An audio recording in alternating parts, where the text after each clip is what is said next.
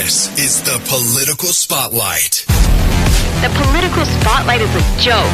It's more like a political flop. Nobody listens to Bilbrey. He's just a wannabe podcaster. No one takes him seriously. He is a rude, crude dude that will never go any further than broadcasting from his mother's basement. Bilbrey is a wrecking ball for Indiana politicians. Grab another box of Twinkies and generic cola, Bilbrey. And get back to your microphone and your audience of nobodies. The political spotlight is a joke. It's He is like a rude, crude dude that will never go Bilbrey's a wrecking ball for Indiana politics. Shut that stupid Bilbrey up. Well, hello there, ladies and gentlemen, and welcome. Me, my dog, and my duck all say welcome. Oh, look, Ro Selby's calling me. I can't answer, Ro. I'm live. I'm live, Ro. Pick it up. Yeah, that would be interesting. Welcome, ladies and gentlemen. Woo! Tonight was a meeting, eh? We knew it would be that way. We knew it would be a long, drawn-out thing. I don't think that I knew that there would be some disagreements. And I knew that there would be some things that were debated. I literally, honestly, didn't think, I didn't believe that we would be debating whether or not the council members were going to be like, super secret agents, I didn't know that we were going to be deciding whether or not the council members were now a part of MI6 and they were going to be helping out James Bond. I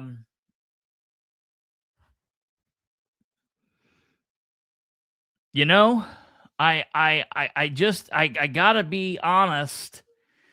I didn't think that it's shocking to me. It's shocking to me how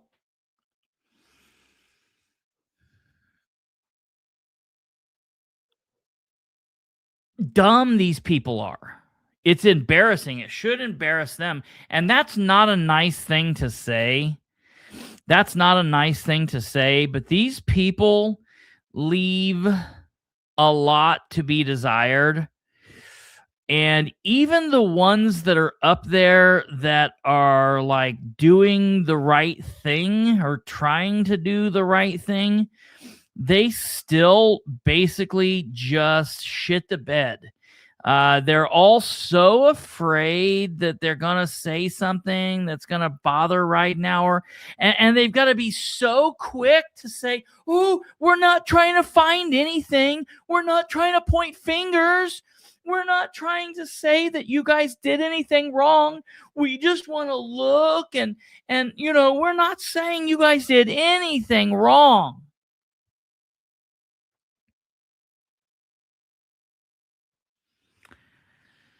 And here they are. Jerry Dishman, of all people, thinks that they're going to secretly stumble on, the evidence of the Kennedy assassination, and it's gonna somehow hinder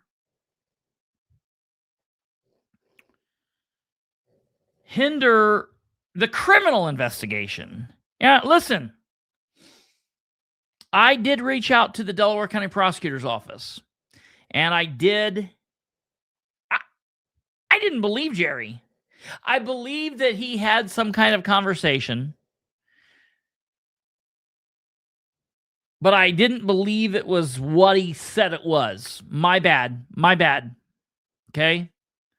I should have gave Jerry the benefit of the doubt. Why? Why should I have given him the benefit of the doubt? These people are like children. Okay?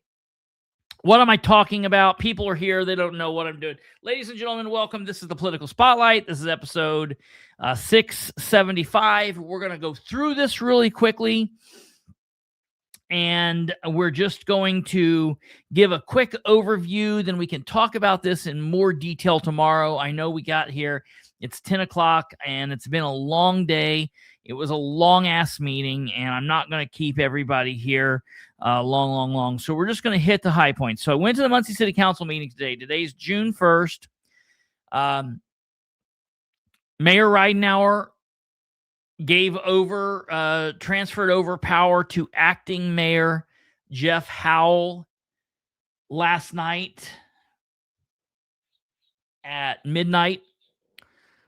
Today was his first full day as acting mayor of the city of Muncie. He was not at the meeting.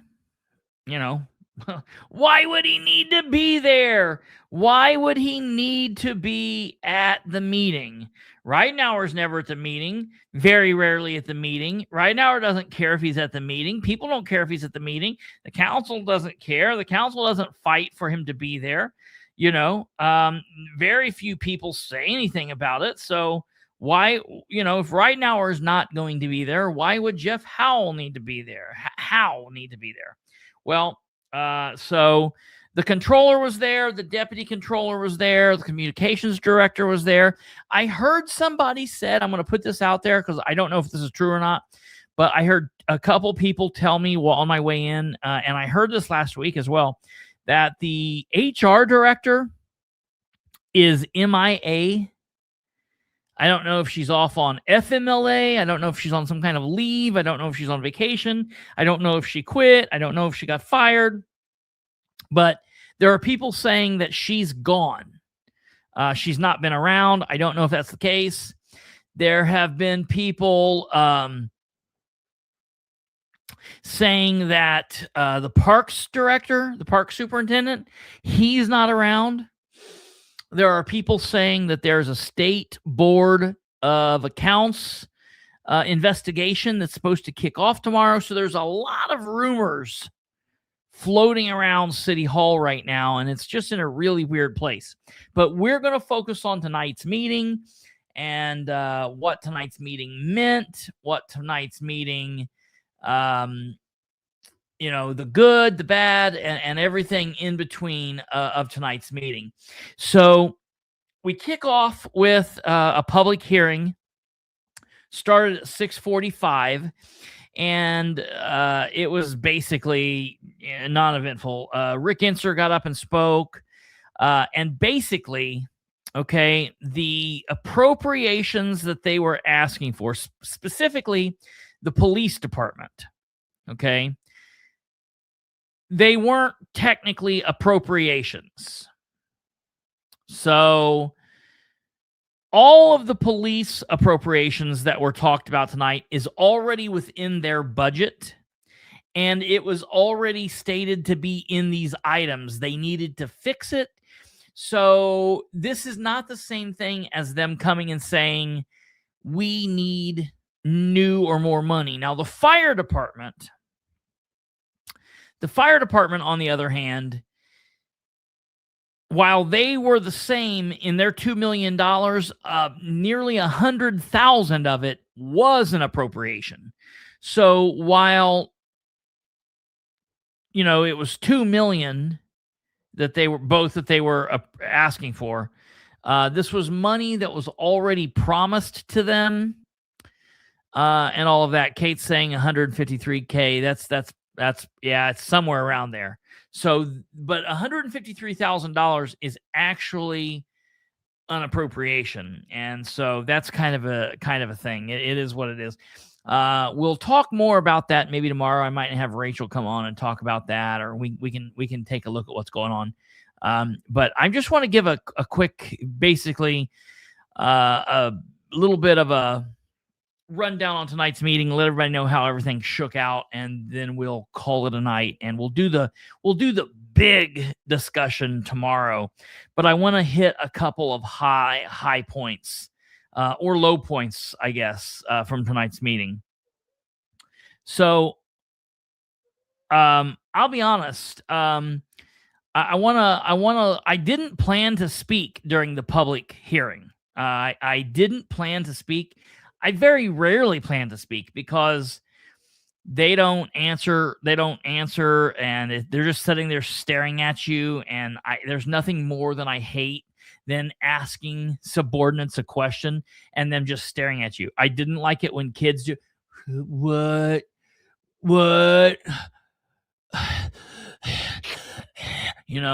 like, pull your eyes back in your head, dude. Stop mouth breathing like that. You're a freak. Okay. But this guy gets up to speak, and I want you to listen to what he says.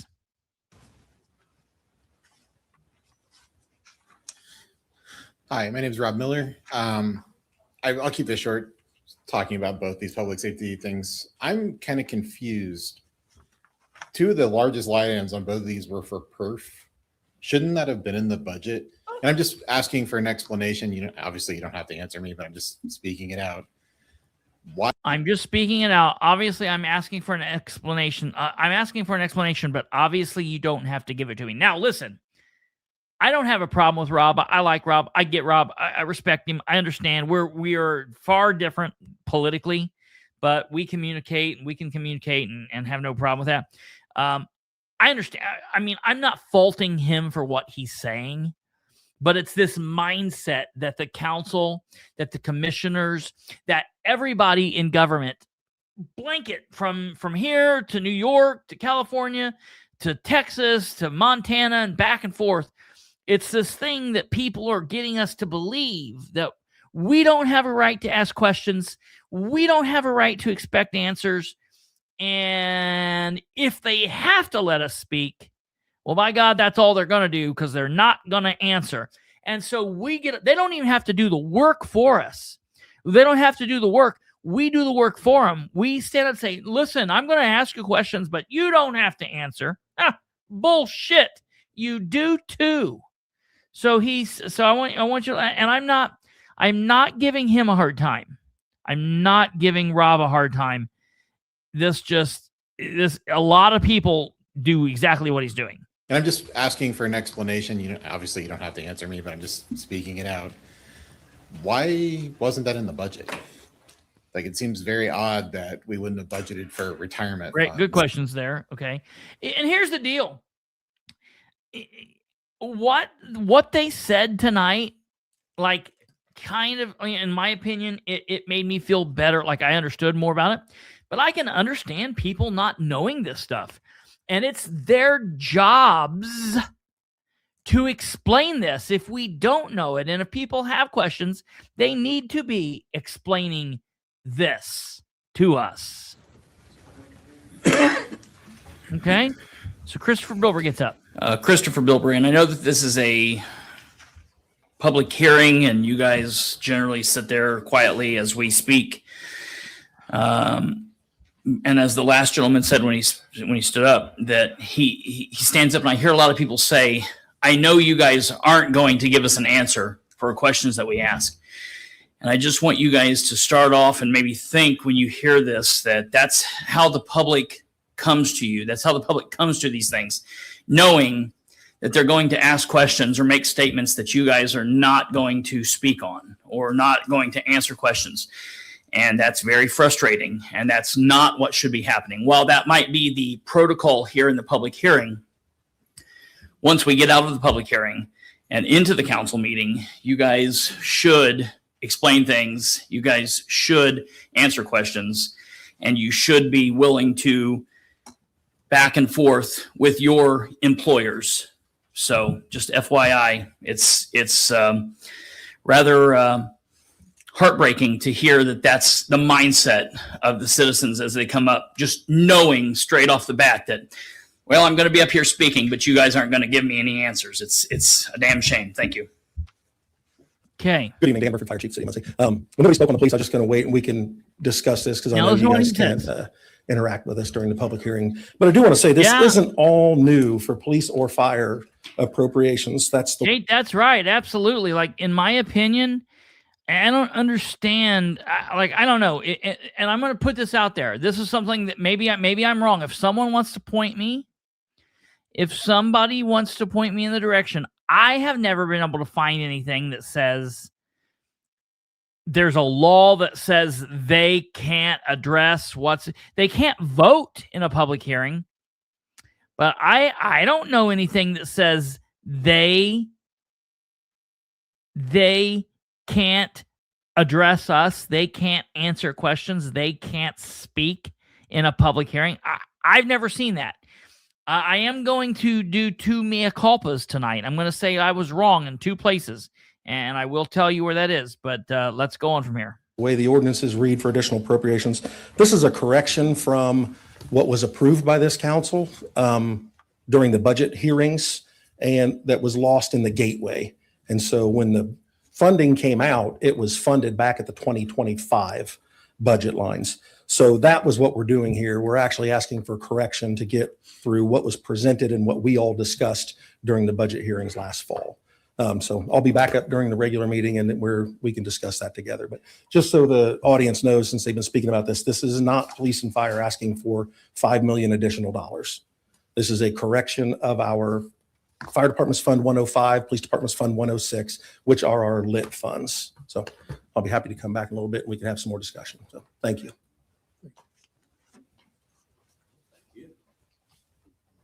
Anyone else wishing to speak? All right, we're going to move this along. With the public hearing. Okay, so that closes the public hearing. That then brings us to the city council meeting. Muncie legend. We're gonna skip on ahead. Okay, now this is important. So, But yes. Okay, we come to the point of the meeting where it's time that they have to announce. They have some boards or commissions that they have to appoint people on. And on the agenda, on tonight's agenda, and it's been on the agenda for 2 weeks now, there were 2 boards. The Human Rights Commission, and they needed to appoint 1 person to the Human Rights Commission, and the Muncie Animal Shelter Board, and they needed to appoint 2 people. One of them needed to be appointed, and it could be anybody in the city of Muncie. The other one needed to be a veterinarian. So there were 2 appointments. One could be anybody, but one of them had to be a doctor of veterinary science. Okay, and let's watch what unfolds here. I'll take that.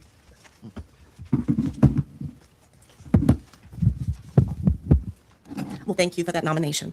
First, I'd like to thank they all nominate of the this woman, and listen, I gotta be really honest. I don't care who's on either one of these boards. I don't care about anything to do. They nominated this woman, Brennan is her name. She used to be a teacher, and they nominated Daisy Dale. Okay, what I want you to listen to first off, I want you to listen to what happens after the second nominee. So there were 2 people nominated for 1 spot on the Human Rights Board. Listen to what happens here.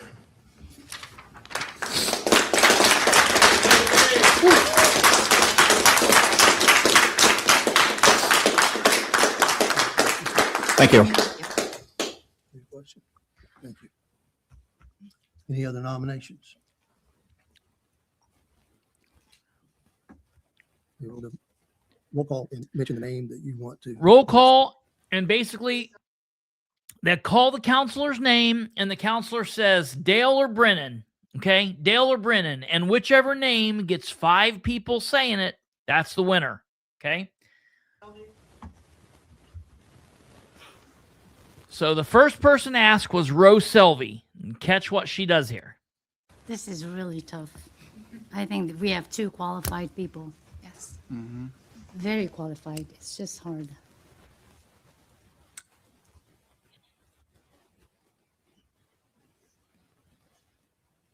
Can I abstain? I just can't make that decision right now. They're both qualified. You don't listen. I like Roe as a person, and I am not mean to Roe. quit asking for permission to do things. I don't think you should have abstained here. I think that you needed to make a decision. Being a counselor is making tough decisions. There are lots of tough decisions that you guys have made. This is not one of them. Put one of these people on the board and let's get on with it. This is not a tough decision. Either one of these people doesn't matter. She just doesn't want to hurt somebody's feelings. I get it. I get it. I'm not mad at her. I'm not mad at Roe. Just don't ask. Don't ask if you can do it. You're the counselor. You're the boss here besides the citizens. Okay? The clerk's not.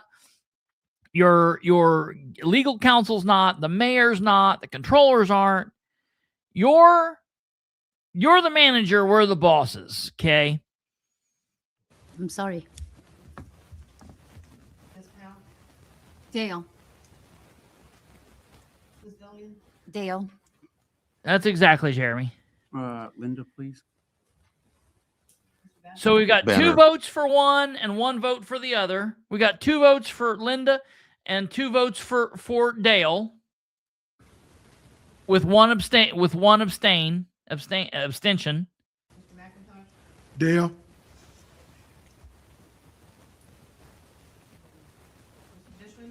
Banner. Dale.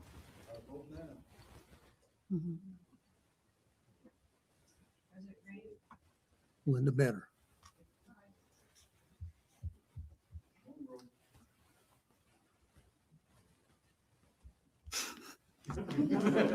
Then ding, ding, ding, ding, ding. It's now 4-4. It's now 4-4. So the 8-person council, 4 of them voted for Dale and 4 of them voted for Linda. Now Roe has to make the tie-breaking vote. Dale. And she ends up voting for Dale. And, she doesn't have to begin with. All right? Now watch what happens here. We go on to the Muncie Animal Care Services. We have 2 openings. Animal Health Care Services, Animal Shelter Board. Do we have any nominations for those positions?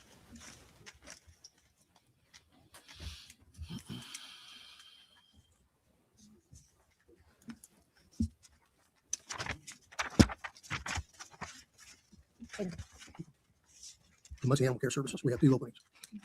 One has to be a veterinarian. Do we have any nominations? I do believe the Muncie Animal Care Shelter Director did suggest a couple, a veterinarian and another person. Yes, Mr. President, may I make 2 nominations? Yes. The name of Dr. Andy Phipp of Maplewood Animal Hospital, and also Haley. Not Haley Perkins. The other nomination is Not Haley Perkins. No, I'm sorry. Yes, the other nomination. Yes. No. Wait. From that Yes. board. No. I Yes. only see that No. one. So let me Wait. just nominate Just one Andy, nomination. Dr. Oh, Andy I like Phipp one nomination. as the Melvin and veterinarian. Nora. I'll second that. Do we have any other nominations? President, I would like to take the superintendent's recommendation and nominate Haley Perkins, who's the current board So president. now reappointed. Nora names the second name that Dale just named a few minutes ago and then pulled back and then decided. These people are so lost, man. It's nuts. And this is nothing. This does not matter. I don't give a shit about these boards, but these people cannot do the most simplest of tasks. Like, for example, and this is, I want to point this out. This is not about Roe. Basham was sitting there reading a piece of paper and he was struggling to read. Listen, I mispronounce crap all the time, but you couldn't say Haley Perkins? I'll second. Okay. Do we have any other nominations for those positions?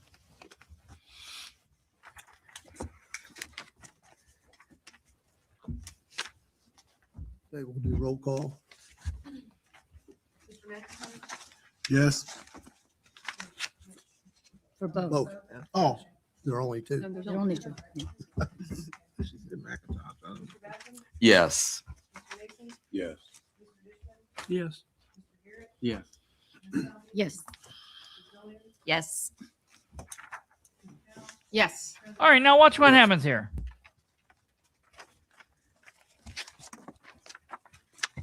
Moving on. Ordinances previously introduced. No. What about the committee report? We're moving on to ordinances previously introduced. Now, that's not what's on the agenda next. What's on the agenda next is the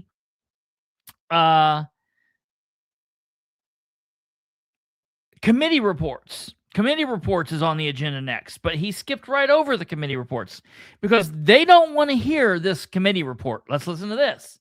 You have committee reports? I do. You have, okay. And this is what kills me. He says, do you have a committee report? What we'll hear here in a minute is President Green was actually at the committee. So he knows he had a committee report. He just didn't want it read. The Community Youth Center report. On the evening of May 21st, 2026, the Community Youth Center Committee held their first meeting to elect officers for the committee. In attendance were Mayor Ridenauer, Council President Green, Council Person McIntosh, Keita Edsel, Tammy Harris, Courtney Marsh, Leslie McCory, and Jasmine Taylor. Officers were elected with the following results. Jasmine Taylor. There's only 7 on the board, so why were 8 of people there? There shouldn't have been 8 people there. Who's the 8th person? Was elected president. Vice president is Leslie McCrory. Secretary is Courtney Marsh. Preceding the election of officers, the question was asked about what are the duties of this committee and what it consists of. The mayor read from Resolution 15-25, Section 4. Duties of the committee. The committee shall be responsible for obtaining public input and advising the city of Muncie regarding the development of a community center. This is about the community center in industry. The committee shall include, but not necessarily be limited to, considering the feasibility of creating a community center in a vacant building located in Heacon Park, as proposed by the mayor, exploring alternative locations for the development of the community center if necessary, advising the mayor regarding the needed features and components of a community center, and identifying and exploring additional funding sources for the community center. I, Councilperson McIntosh, opened the nominations for president, and at the same time wondering why there were 8 people present instead of 7. Didn't understand why Council President Green was in attendance. It's not on the committee. Green is not on the committee, but yet he was allowed to be. He could have been there and been in the audience, but that's not what they had him on the board. They had him on the committee. I am personally wondering if there is a need for this committee, as decisions for the site, which was made by its administration, are in place while excluding the committee input, and what it is to be used for seeming to have already been decided by this administration also. The purpose of the committee is to include public and community, committee input. How have things already been decided upon when the committee just had its first meeting? We were told that the nonprofit organization Brothers to Brothers will be operating on the 2nd floor, a decision also made by this administration. Immediately following the administration is hijacking what's happening here, and it's ridiculous that this is happening. It's ridiculous that the Ridenauer administration is hijacking these meetings. Or being open to allow, not to allow, to include. Allowing Rose says she liked that what he said. So I will have the center should be. All of the council people said, all of the council saying, hey, what McIntosh is saying is great. We like it. Everything's good. But yet none of the council have the balls to push back and to stop Ridenauer and company from doing what it is that they're doing. Okay? Make it in the Millennium Project down there. And Jerry Dishman, I tell you, I'm becoming more and more dissatisfied with Jerry Dishman as a person. Just as you know, it's time for him to go. It's time for him to go. It's just it's time for him to go away. Because Mr. McIntosh asked us all to weigh in. I agree. Yes. We have a nomination to make. Oh, now listen, everyone, because I heard Now listen to And I this. think you've spoken eloquently about that empowerment, and that committee stands. So they're done with committee reports. We're now supposed to be going on to ordinances previously introduced. Listen. Thank you.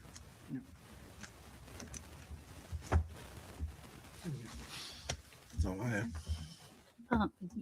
I'm going to repeat a comment I made last council meeting, and I know Mr. Scaife said something back about it, which is, I still believe that the whole council, and I can't speak for everyone, or actually now I can speak for everyone because I heard everyone's opinion, that we stand by what it's meant to be, by its purpose, and we will do everything we can to. Tara, good question. Hey, Tara, I've not seen you in a long time. I hope you're doing well. I hope everything is going good. Where is the vacant building in Hegan Park? Is it the old Parks building? Hell, it could be.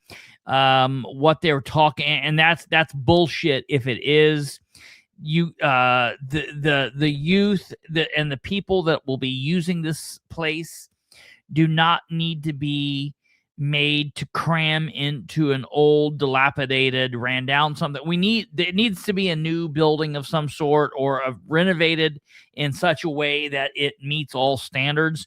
I don't think that it should be the new church that they have over on Mock, because that's not even in industry at that point. It's across 12th Street. That's complete nonsense.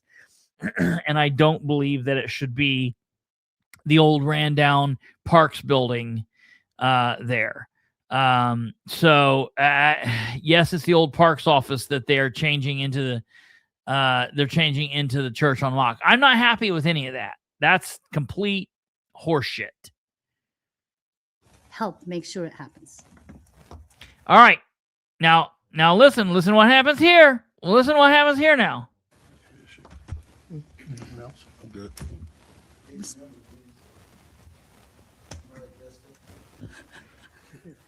Mr. President. Yes. Go ahead. I would like to make a nomination during nominations for a committee that I forgot to mention. I would like to make nominations for a committee that I forgot to mention. What do you mean? What do you mean? For one of those that we've already voted on? What are we talking about? School board. Oh, the school board. Yes. Oh, school board. Wait, school board? You mean to tell me they forgot? So you guys know, Muncie's not like other places where we elect school board members, because Muncie was in such dire straits a long time ago, and they made a deal with the devil. And by that devil, I mean Ball State University. Ball State University, in some weird skull and crossbones type deal, gets to put together a school board. It's not voted on by the people. We need to stop that. We need to get that taken away, and the school board needs to be elected by the people that are in the area of Muncie City schools, and it needs to stop doing this thing. But and here's why: because they didn't even know about it. They just talked about it. They didn't get to bring up and ask anybody if they're reappointing Watasha Barnes Griffin. Look, I don't care if they appoint her or not. I know of her. I don't have a great understanding of her. Every time I've ever tried to communicate with her, I will say this. Every time I've tried to communicate with Watasha, she's always been like, anytime, like when she's ran for something, she's always dipped out. She's never held her appointments with me. The only issue that I have with Watasha is she seems like she's too busy. And when you're so busy that things suffer, that's not good. Because I've been to a bunch of events that she's supposed to attend or supposed to get to, and she's just never there. And it's always some excuse why she's not there. She's someplace else. And listen, tonight, Very valid reason. She was attending the Muncie School graduation. I am not busting her chops for this at all. I'm saying she's a good person. I think she's overstretched. That's all I'm saying. She's like a little overstretched. And so I'm worried about that. Nomination to make. Yeah, Ball so now State for the school board. Mr. President, I would like to reappoint and renominate Ms. Watasha Barn-Griffith for the Muncie School Community Board. Ms. Watasha Barn-Griffith would have loved to be here to speak to us, but she is doing what her second love is besides running the YWCA and supporting our students. She is and attending. that's a legitimate. I don't have a problem that she was at the high school or at the graduation. She's not here, but I do have few sentences to say about her as an educator for Muncie Community Schools with her leadership and her knowledge. But I have a problem teacher, that this was just spraying on everybody they were tonight. circumstances. They helped us ease circumstances. We had It's got nothing to do with Watasha. I don't. Our raise went up higher too. Why so was this sprung on everybody tonight? She also, I've seen her care, answer families. Like if a family member called a board member, she's solved issues, worked with administrators, and it would be as an educator an honor for me to be represented. And so listen to this. Second for that. Second, if I may, Mr. President, could you explain why this wasn't on the agenda? Yes. I just received a phone call recently concerning this and didn't have the opportunity to do that. So if you have someone that you'd like. Tara, I think they have two. I think the council gets two. But they're only appointing, I think it's a staggered thing. So I think they get one tonight. I think that maybe it's this. No, I might be wrong. It might be the city of Muncie gets to appoint two, and the council appoints one, and the mayor appoints one. I can look that up and see, but I think that's the case. I think it's like that. Yeah, right. Yeah, we should have that guy be the acting mayor. To nominate. No, I just seconded Okay. Ms. Selby's nomination. I just wanted to know why we didn't know anything about it until tonight. Mr. President, Yes. Mrs. Griffin is a wonderful, wonderful nominee, but I am disappointed that we weren't made aware of this beforehand, so we could tell the public that that position was available so that they could express interest. But that's my only comment. Mr. President, I want to follow up too on that, just about the human rights group. I mean, I had sent out Mrs. Dale's bio. 7 members are on the Muncie Community School Board of Trustees. Is appointed under a unique partnership with Ball State University. The board is composed of the following appointments. 5 members are appointed directly by Ball State University Board of Trustees based on recommendations from the university president. 1 member is appointed by the Ball State University president from a list of nominations submitted by the mayor of Muncie. And 1 member is appointed by the Ball State University president from a list of nominations submitted by the Muncie City Council. So, BSU nominates 5 of the 7.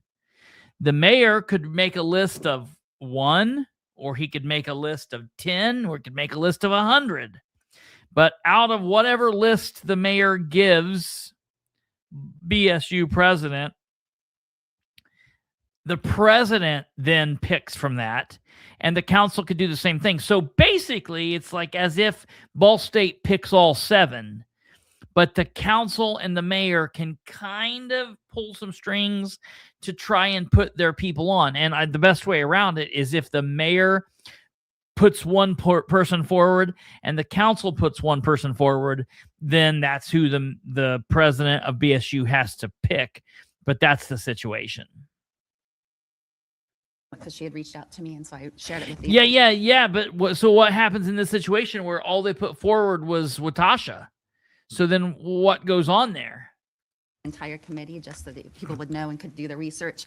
And we were just, and I think that Ms. Benner would have been an excellent, she was an excellent candidate too. But this is the first that I'd heard of it, that she was going to be here. So I would like to see us get these things in advance also and share with each other so that we'll know what's coming up and we can do our research. Right, Jeremy. This has to be done before July 18th for the state. This has to be done before July 18th. Okay, then let's do it at the next meeting. Now There listen. is time limits, and I apologize. I did communicate her nomination or her willingness to participate. And that nomination should be turned into the state by July 18th. So I just want to let you guys know that. No, sorry, not July 18th. June 18th. Oh, June 18th. Well, there's quite a bit difference between June 18th and July 18th, like a whole month. So, Again, all right, I'm whatever. not objecting They- to that nomination. They I'm just they stating did that whatever I they feel did. They that we put should they have input from put the community so that there are they others who did are whatever they interested did. and have written a letter So to council. listen, I don't get it. I don't. Wayne, you're saying a list of citizens from the council, but the only person they named was Watasha. And again, I'm not busting Watasha out. Watasha probably does a fantastic job.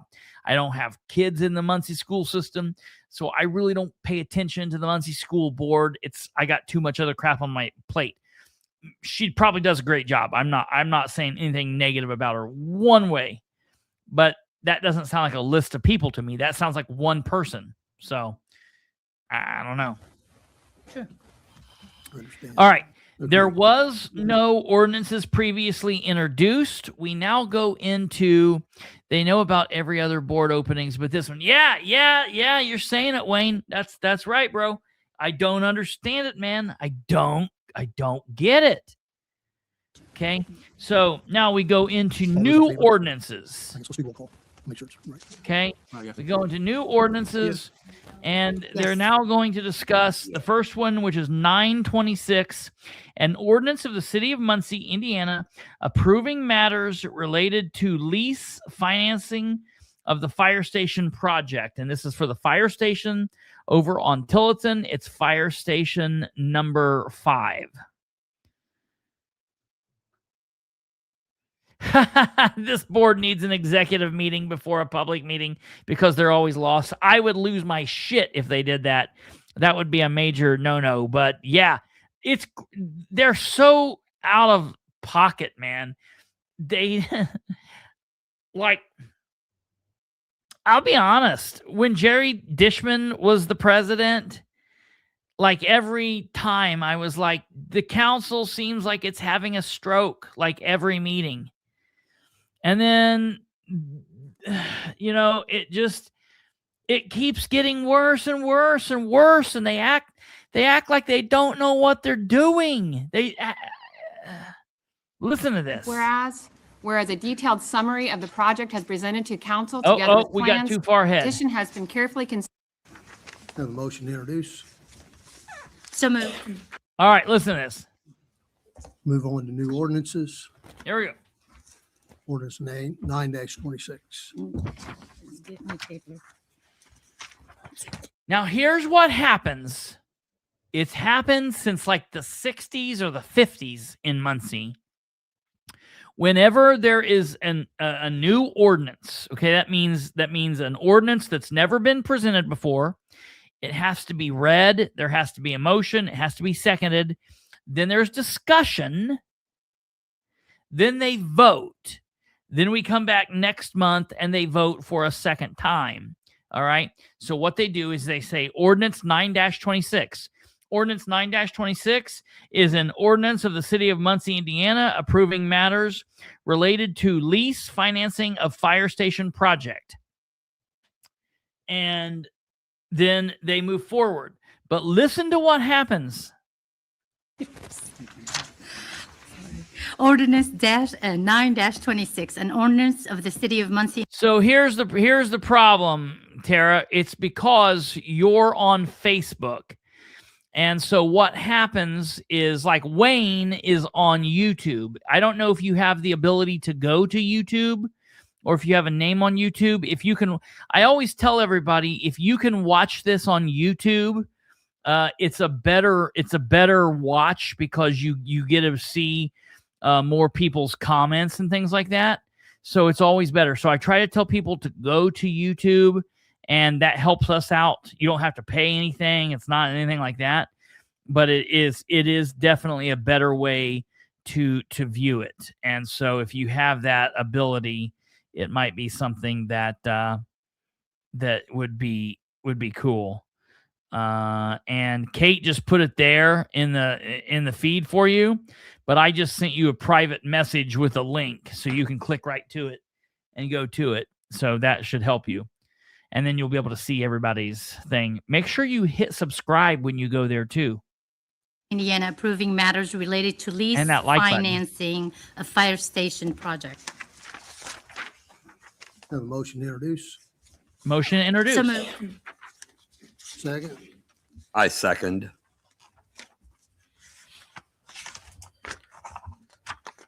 Thank you, Tara. Well, I have a question. Yes. I have a question. In the So he wanted to vote. He wanted to vote right then. He was going to vote. Didn't want to hear what the public had to say. All right. So hold that. So Nora says, I have a question. So let's listen to what Nora has to say. itself, the first page, it says, whereas the petition has been carefully considered and investigations have been conducted by the council both before and after the filing of said petition. My first question is, who conducted the investigation and where are the results? Because I did not receive them. May I have an answer from council? Which council member conducted an investigation? So none of us? So that's not true. My next question is on the third whereas a detailed summary of the project has presented to council together with plans, specification, and cost estimates of the project. Has anyone received detailed summary of the project? No. Okay, so that's not applicable either. What else in this ordinance isn't accurate? I'd be happy to address the council members' questions if I might. We have to introduce it first. Okay. So, Oh, sorry. No discussion until it's introduced. okay. So we have a motion to introduce. We got a second. We need a roll call on it. Introduce it. Yes. Yes.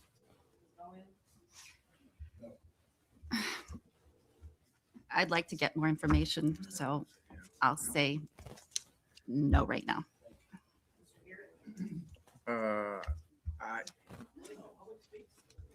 And I'm yelling. I'm yelling over here. That's what people are looking. If you're noticing, people are looking over in the audience. I'm yelling. I'm like, you're not supposed to be voting right now. You're supposed to be letting people get up and talk, you idiots. This is for introduction. We have to introduce it.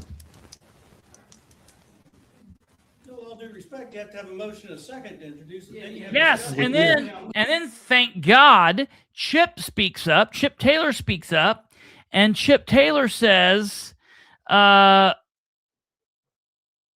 Taylor, oh yeah, Tara, you missed a little bit. Nora and I are like on the same side, like a lot of the times. We're like, it's very, very strange. We've like teamed up and are like, fighting evil together. It's very bizarre. The enemy, my enemy is my friend. You know what I mean? You know what I mean?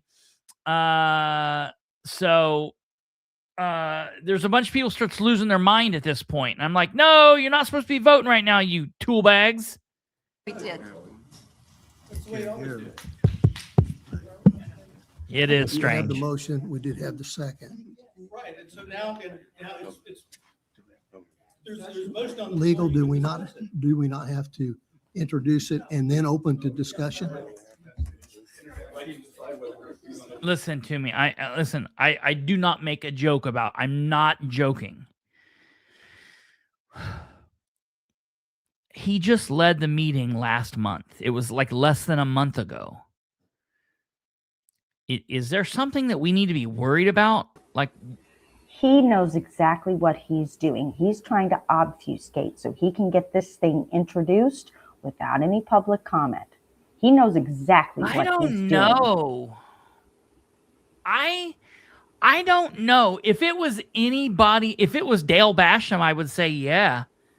But I think these people are this dumb. I think they're that crooked. That very well could be. So they're either stupid or crooked. You take your pick and run with it. Either way, what Tara is saying is right. It is embarrassing to watch. Wayne says, this is when I was about to blow a gasket. See, and that's funny because I was in back and Wayne was like, I'm getting ready to blow a gasket. And that's funny because it's the next thing that happens after this that caused me to about blow the gasket. But okay, so let's go on here.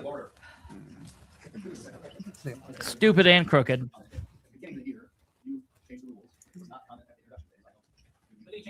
Okay. And then this bothered me too, and this pisses me off because you can't hear. I don't like that I don't like that their council attorney can't be heard in the microphone. So I yell out from the side there, you're supposed to be letting us talk before this. And the council attorney says, well, you changed the rules. And I'm like, no, but you changed them back. And he's like, did you change them back? And to Green's credit, he said yes. Okay. Public comment. So now we're going to have public comment. Okay.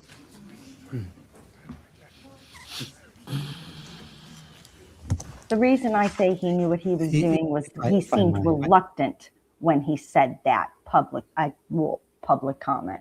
Yeah, he seemed reluctant, and that's why I say that he was.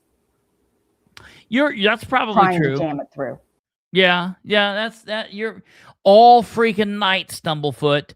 All freaking night. Who's on first? How do these people guys get elected president? So the council elects them. So we, the public, elect all 9 council members, and then among themselves, they elect their leadership. The fact that he's council president means nothing. He's no different than any of the other council people. He's just leading them. They elect their own leadership. And being council president doesn't mean anything other than he leads the meetings. My name's Dennis Otten. I've been up here before. I'm with Bose McKinney and Evans. We're serving as bond counsel on this financing. And we prepared this resolution. And it is the language that was referenced by the council members, the kind of the statutorily prescribed language in terms of what constitutes an investigation or plans and specifications. That's really up to the council. We want you to be fully informed. I know we've been up here before talking about this project. We have Greg Martz with us today, who's been working with the fire department on this. Bob Swentz is a financial advisor. I get it. There are, in the last resolution you adopted, there was a depiction of the fire station with some schematics. So that was done back in November. I have that resolution. But if there's more information that you think you need, we're more than happy to provide that information. So I just want to make that clear. The ordinance says that the council's received a detailed summary of the costs of all of this. Having heard about it and seen some pictures in November is not informing the council. It's not a detailed investigation. It's not, it's right? Not anything. Yeah. Has the council seen the petition even? Yeah. Because I like seriously this guy. doubt they have. This guy is, and we'll have a hearing next meeting. Yeah. He's a worm. It says you already had the hearing, buddy. Yeah. This guy, I don't like him. I don't like him. And I'll tell you what, he will probably be the president of that fucking board. Oh yeah, I'm sure something like that. Absolutely. We're just introducing this tonight. We've got the taxpayer petitions now signed. And I guess they could. I don't know. I've never heard that. They could probably say they have no confidence. They could probably, I've never seen them do that. They won't do that, but they could, I guess. verified by the auditor, and so this is the next step in the Mama. process. I have another question then. I'm curious why the last time we did this for Station 5, we were sold on that bots are the greatest thing since sliced bread for this. And question. this Good. suddenly we're not looking at a bot any longer. Can you explain why this is different? Well, yeah, and I have the time to where we actually do, and I was going to mention this in my remarks this evening. We're contemplating a public hearing on a BOT agreement at the council meeting next month. We'll have that resolution in form of agreement filed. We'll also have an appropriation resolution filed as well to appropriate the proceeds of these bonds. So it's contemplated that the same procurement mechanism will be used for this fire station number 5. Mr. President. Yes. And I'm sorry if I spoke out of turn. You called on me, and so I had those 2 questions. Number one, the questions I think that we're asking, I don't want that to be manipulated into saying that we don't support public safety, because we absolutely do. Councilwoman Gullion and I toured Station 5 in February of 25, and it is in desperate need to be redone, desperately. And so that's not the issue. But imagine my surprise when I opened up the, Nora saying that's like me getting on here and saying, I know I'm going to bitch about this cop tonight, but I back the blue. You guys are like, quit saying that already. Like, okay, here's the deal. I'm not going to, I support cops when they're good. I was a cop. I don't need to tell you This isn't anymore. about supporting public safety or not. It's can the city fucking afford it? Yeah, right. That's the, yeah. I'm lost. Yeah. This ordinance says they're establishing this board of whatever the fuck. Yep. And they're the ones that are going to be getting the financing to do this. Yep. And now they're going to add another layer to that and make a bot. Mommy can do it. They're going to look at doing it both ways, always, as, incestuous and, double backward behind to reach around that we can get. The board and then the bot and then the city. Yeah. What the hell? Yeah. It's very this strange. Allows them to just do it just straight out. Yeah. They can't do a bot because this. When I was standing, credit is maxed out. Yep. Yep. Yep. Or would be maxed out if they do it that way. Yep. Yeah. I don't think they can do it the bot way. Because of that whole point of why they're needing to do the building corporation. Because of that credit cap. Building corporation board. Thank you. Building corporation. The credit cap. Yeah. So they're going to spend money to try to figure out how they could swing at doing a bot too. I guess. It all comes down to one thing. It's about additional debt that the city is taking on and trying to find a way to not call it debt. Wait till you hear the guy that speaks after me. He brings that up. It's an excellent point. Oh, I heard him too. Oh, okay. Good. Yeah. All right. So here we go. ordinance, and I saw 2 things on the front page that weren't accurate, and it made me leery of the rest of what was within. I also had a question about the bot, and I hope that we are able to get more information before we move forward on this. Not saying we won't do it because it is needed, but there's a lot of questions now.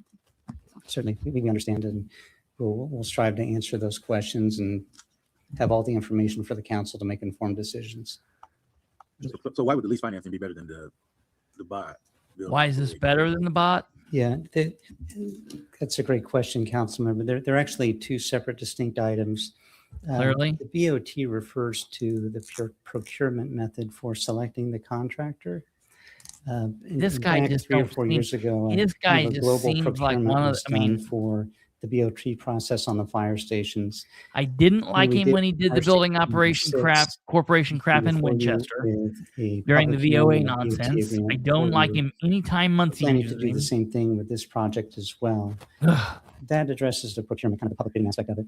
The question about lease financing versus the other financing method used, back, I think it was 2024 when we did that fire station, has to do with debt limit and capacity of the city for financings. When we did, and I'm going to look at Bob Swens, if he can nod his head here and come up if you have more questions about the numbers. When we did fire station number 6 back in 2024. It doesn't matter what he says, man. that It's all financing horse structure shit. Didn't need a lease financing because there was enough constitutional debt limit capacity. And for the he's city talking about to this is the available. reason that they're So looking at the ways to do it because they don't know number that 6, you know the took up city's some of that reaching its limit. capacity. So the mechanism to fund this fire station is That's now through a lease absolutely financing right, mechanism. Wayne. And that's why you're seeing these lease documents. It's a financing tool that's commonly used in Indiana. I'd be happy to go into it more if you've got more questions. Okay, so these types of projects are often tax exempt rates? Yes, sir. These would be tax exempt. And, Mr. President, thank you. And are you not prepared if we pass this introduction to spend the month in addressing the issues that have been raised tonight before final passage next month? Here's the problem, though, Dale. It's like you don't ever understand this. These people literally signed, copied your name on a document to try to jam it through fist first, and you're still okay with this bullshit. The problem is the documents that you're voting to introduce tonight, right here, say this stuff's already been done.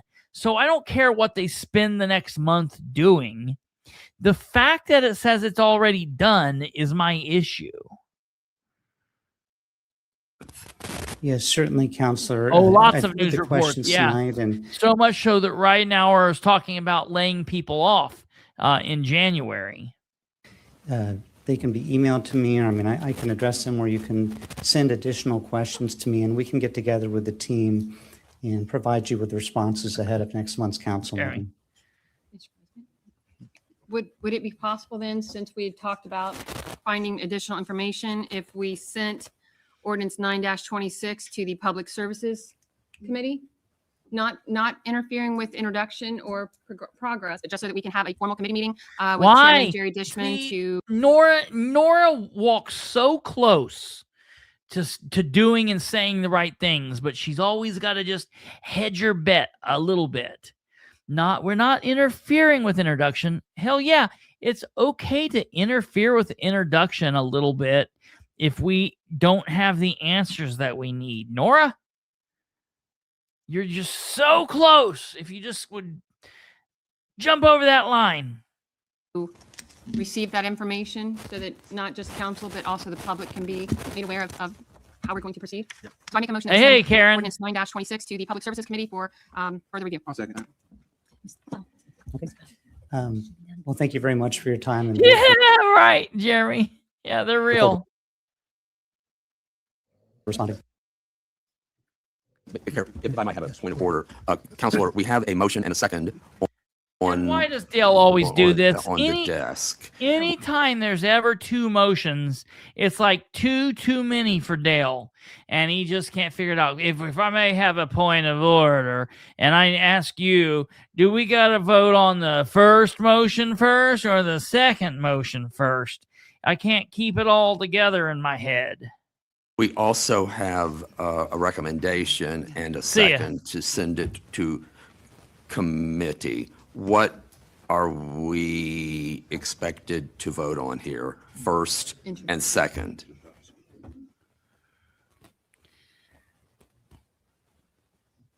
If it's going to committee to make amendments, is that what you're proposing? Not even amendments, just for Send it further to- review and to find out information about what's within. Okay. So we would need. Absolutely, Ross. Yeah, it needs to be, Right. Mhm. there's the main question hasn't been answered yet. So you can make a motion after it's been introduced. I will. to the committee. Yeah. That's I'm not clear. You have to say that again. We have two I'm not motions clear. and You gotta seconds say it again. on the. Well, you got to be kidding Okay. me. We have a motion and a second to introduce, and a motion and a second to send to committee. Does the send committee override the motion to introduce, or must we vote on both of them? So it needs to be introduced and then it can be sent to a committee. Okay, Yeah, gotcha. so vote on whether or not to introduce, and then someone can make a motion on whether or not you would like that to go to a committee. Okay, that's fine. Any other questions? Thank you. Okay, thank you. All right, listen, I'm gonna be honest. I'm not nice to them from this point forward. I'm not nice. I'm done being nice to them. My nice is broken. I just can't do it. That's for somebody else. I know I probably would get more bees with honey. I don't want more bees. I don't care anymore.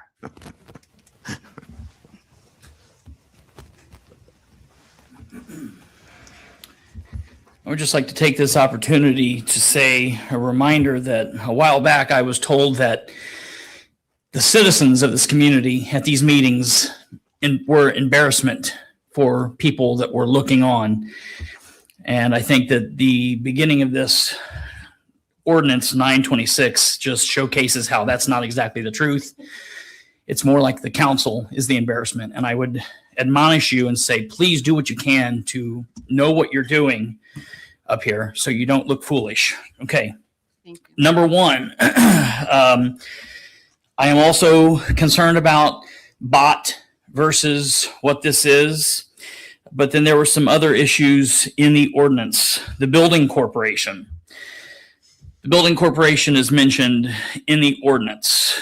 And it talks about people being named to that board. Who are those people that was named to that board? When was that board created? Who put the people on that board? If they're not on that board yet, when will that board be created? Who will put those people on that board? And why must this always be so? If secretive is not the word, maybe it shouldn't seem secretive. If it's a little bit more open, then maybe it should appear to be more open. It talks in there about the controller doing some things rather than the board. I just want to make sure that we know what's happening, because we're going to talk about a resolution later on that has some questions concerning the controller. So I just want to make sure that when you guys are voting on this, if we have questions like that, that you guys are concerning that and we're asking those and we're making sure that we're not putting the cart before the horse. So, yes, John. Thank you very much. Okay, moving forward. It doesn't say out loud. I want to make sure everyone understands. Listen. The city can't statutorily borrow any more money. That's what we're talking about here. We've reached a limit that the state has said no more. So I'm not saying this isn't an emergency. Sarah says, I talked to her yesterday about this actually, that the fire station is in dire straits. So if we're going to go around state law basically, and then I understand it's legal. We found some lawyer loophole to get through it. That's fine, whatever.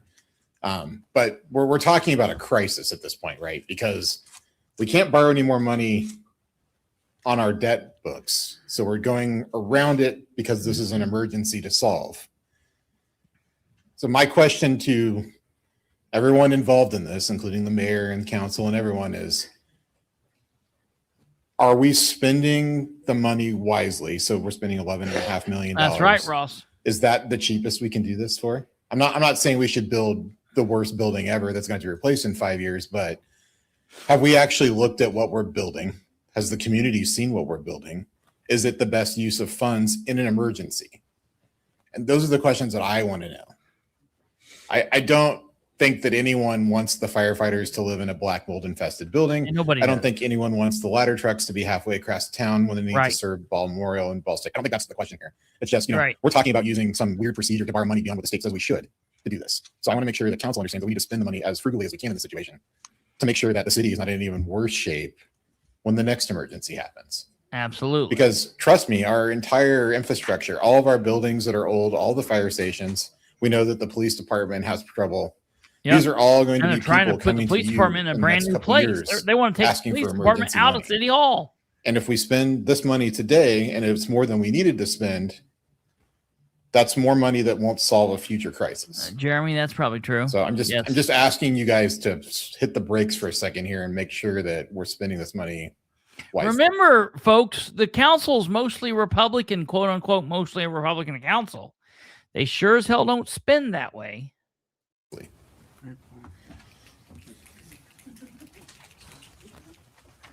Hello, Council. My name is Iris Lane. Rob put it very eloquently. I'm going to say what my mama said and what my grandma said, and that's don't lease, buy. Thank you. Don't lease buy. I Mr. agree. Mitchell, are you giving $1.5 million to this project, right? Weren't they also given to the crisis center too?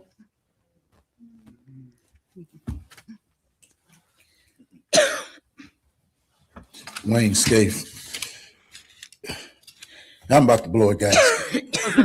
Man, y'all, this is ridiculous. She started off reading the ordinance with 2 lies in it. I love this. So it's already misleading. Shouldn't even went, and if we shouldn't even been this far, we shouldn't be talking about procurement, none of this stuff. This is crazy. It shouldn't have went this far. I love if the thing started off with lies in it, it shouldn't even be discussed. Why are we even talking about it? This is crazy. Y'all need to do better, man. This is crazy. Ross, that's right. Anyone else wishing to speak?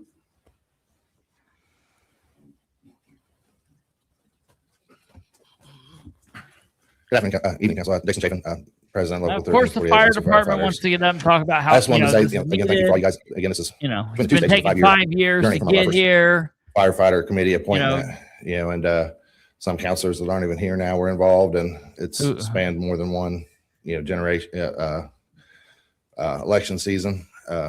But obviously, Nora and Sarah went out and met with Ball State. Oh, and yeah. helped secure that Wayne money for and everything. had played a role in looking at the station, and all you guys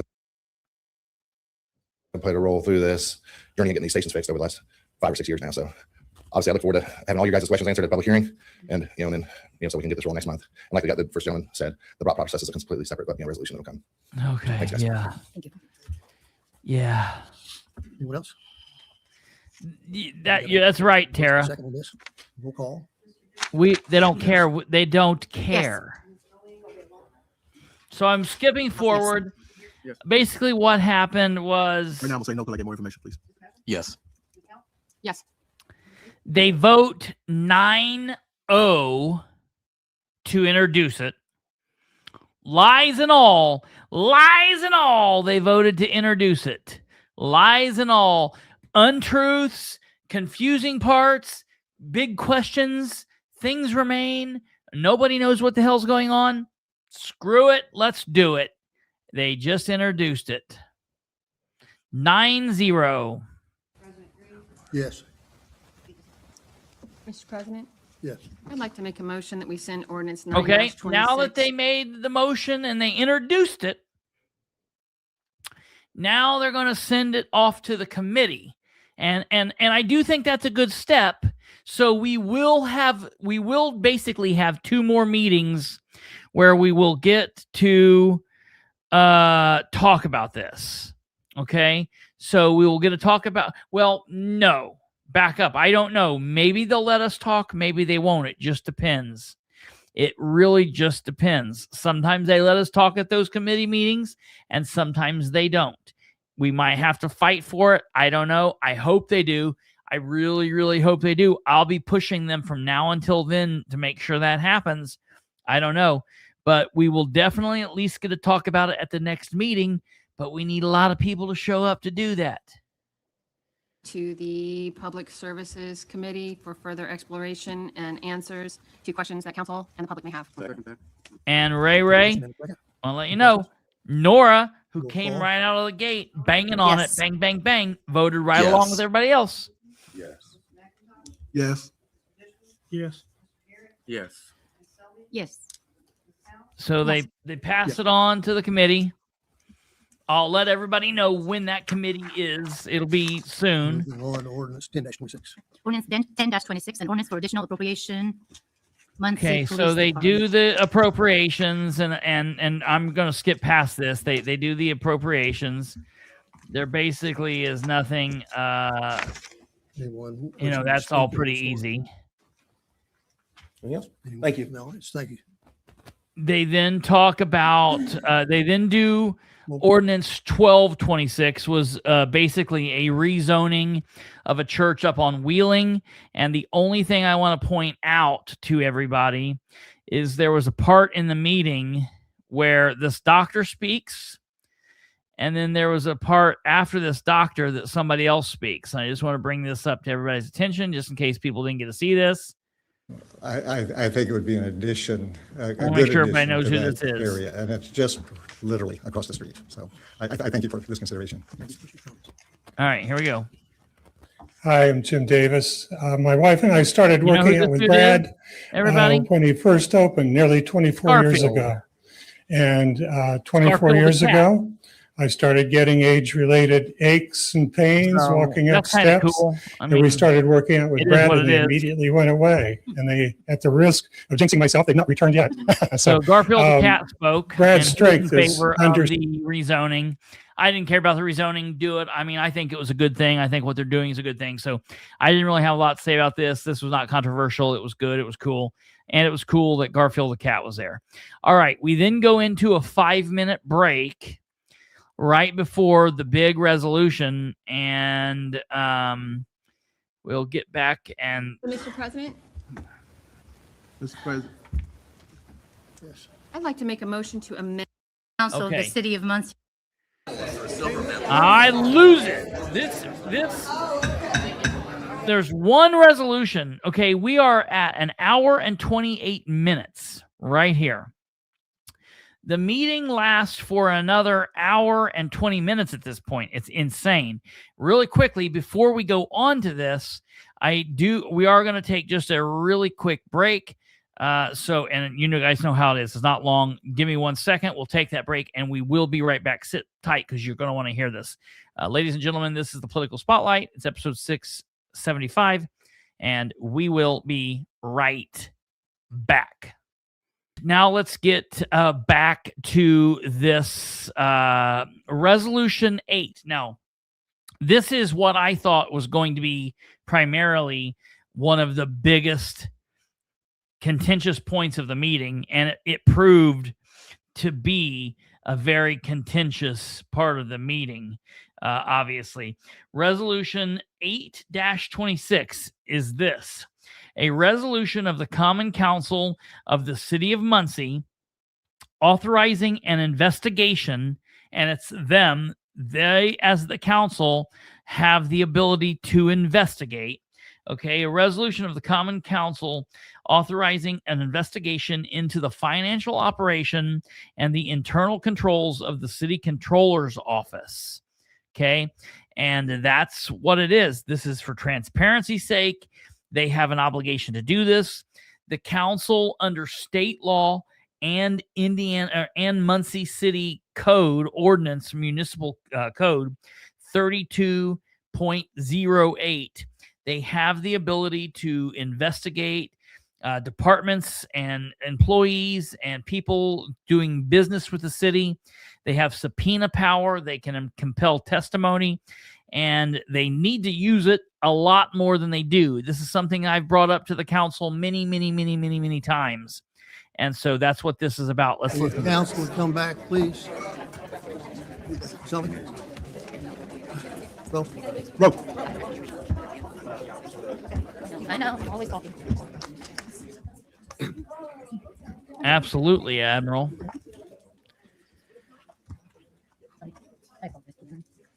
Reconvene the meeting. That's all for new ordinances. Brings up resolutions. Mr. President. Can I make Now listen, they didn't even read it. No one's even read the resolution.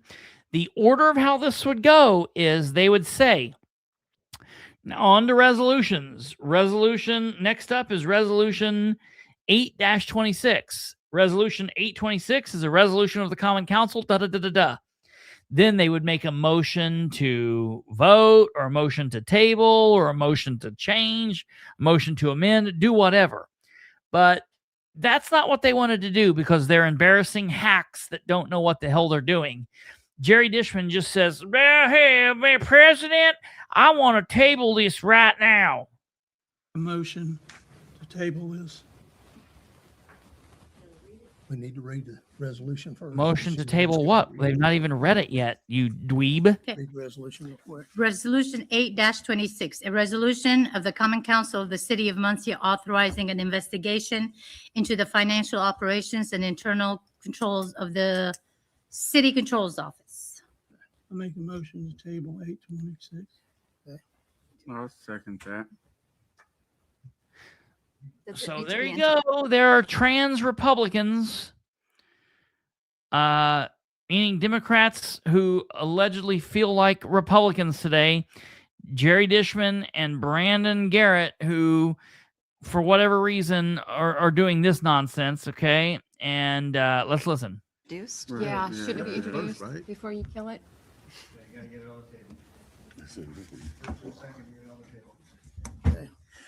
This, Then have a motion to bring it on the table. second. Motion, yeah. And now we have a motion. Absolutely, Ross. Sorry, yeah, I made the motion. Sorry, I was quiet. Okay, you made the Sorry. motion. Okay. And so, Mr. President, Mr. President, Yes. I'd like to make a motion to amend Resolution 8-26 now that it's been put on the table. I would like to add in section 3A. Ray, that's crazy though. When it's not honorable to stand tough when you're standing on bullshit. That's only honorable when the thing that you're fighting for is Hitler stood tough till he killed himself. It's not honorable what he did. And I'm not comparing Dishman to Hitler, but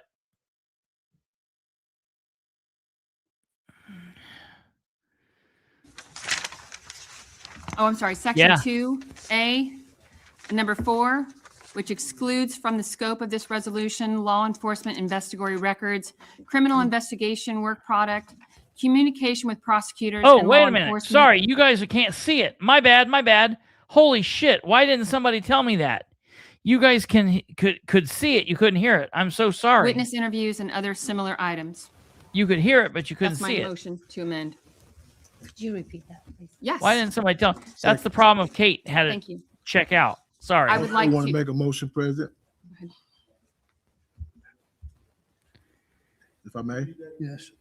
I'd like to amend and take out, whereas the State Board of Accounts Special Investigation Report of the Parks and Recreation Department covering the period of April 13th, 2020 to December 20th, 2024 identified significant non-compliance and deficiencies. Second. No. Right? And that was to strike that. Is that correct? To strike that from the Just strike it, resolution? yes. Mr. President, Yes. may I make a comment? Resolution 826 does not look to find malfeasance. It's a fact-finding endeavor to allow council members to learn about the State Board of Account audit findings. Under Indiana Code 5-11-5-1.5, if an audit report contains a repeat finding, the entity is required to submit an official corrective action plan to the State Board of Accounts, and the issues which triggered the audit finding must be fully corrected within 6 months of the date that the plan is filed. If the corrective action plan is not successfully implemented, or if the issue is not fixed within that 6-month time frame, the State Board of Accounts is required by law to prepare a memorandum summarizing the finding and the unfulfilled plan. The State Board of Accounts Uniform Control Standards for Indiana Political We're Subdivision almost done, folks. specifically I know we're states- going long. We're almost done. We won't. It's just a few more minutes. We'll be done with this. The oversight body and the management work together and share responsibility for the development and the implementation of internal controls of a political subdivision. We are the oversight body. The oversight body has the ultimate responsibility to oversee and monitor that the internal controls have been implemented and are being followed by the political subdivision as a whole. The oversight body is by default us, the legislative body. So I have 6 pages of repeated findings going back to 2020. And obviously the internal controls plan is not working because they're repeated findings. This is not to find malfeasance, that the State Board of Accounts didn't find malfeasance. But per Indiana code and per the State Board of Account uniform control standards, we must know, number one, what this plan was, and number two, why it didn't work. That's our responsibility. And I feel like resolution 8-26 is a common sense resolution that builds public trust and creates transparency. Thank you. Mr. President. Are you keeping track? Yes. Okay, so our first vote will be on the resolution has been introduced. Why does Dale have such a problem with it? Motion and It's seconded. open. The resolution's been open for debate. There's one motion to amend, and then there's a second. And one motion to amend. table. Actually, it hasn't been brought up since it was raised. Okay. So there's not I been a think, motion Tara, to table since I the don't understand. resolution was I think properly before the council. The only things that are properly before the council right now are the main question of whether or not to adopt, and that's what you're talking about now. So going back to honor the original motion to table, would you care to call on Mr. Dishman? Mr. Dishman. Point of order. Let's introduce. It has been introduced. It was not, it was not. No, sir. It wasn't. It's just It wasn't. So he can make a motion now, but when he made his motion originally, Right. The resolution was not. Dale tried to like bully Jerry into making the motion. It's insane what's going on here. Before the council because there had not been a first and there had not been a second. But now the president has recognized Mr. Dishman. Sure was the president. I have not heard Mr. Dishman. That's what I'm saying. I make a motion to. I have a question before, if that's okay. So the motion to table, all other motions are secondary to that motion. So it needs a second and a majority vote to table. To table. Okay. Yes, sir. You have a question? Yes, But before. we need a second. The actual motion to table itself is not debatable. Right. So we need a second. Do we not, or it goes right to vote? No, If it there's needs no a second second, and then a vote. If there's no second, there's no, and it goes back to the discussion. And until there's enough discussion to ask that it be tabled again, you can't ask to table it again. So, Councilman McGurry has a question. well, He's not allowed to ask that question. at this motion to moment. table is not debatable. Right. So embarrassing. If there's no second, then debate. Yes. Stumblefoot. A second. Okay. So now you have to do a roll call vote on the motion to table. What about comment before you do that? Yeah. There's no comment period on a motion to table. Okay. Roll call. No. No. Yes, I'm confused. I'm confused. Who did you call? Yes. Yes. No. No. Oh, No. it failed. So they didn't get to table it. Yes. Thank you.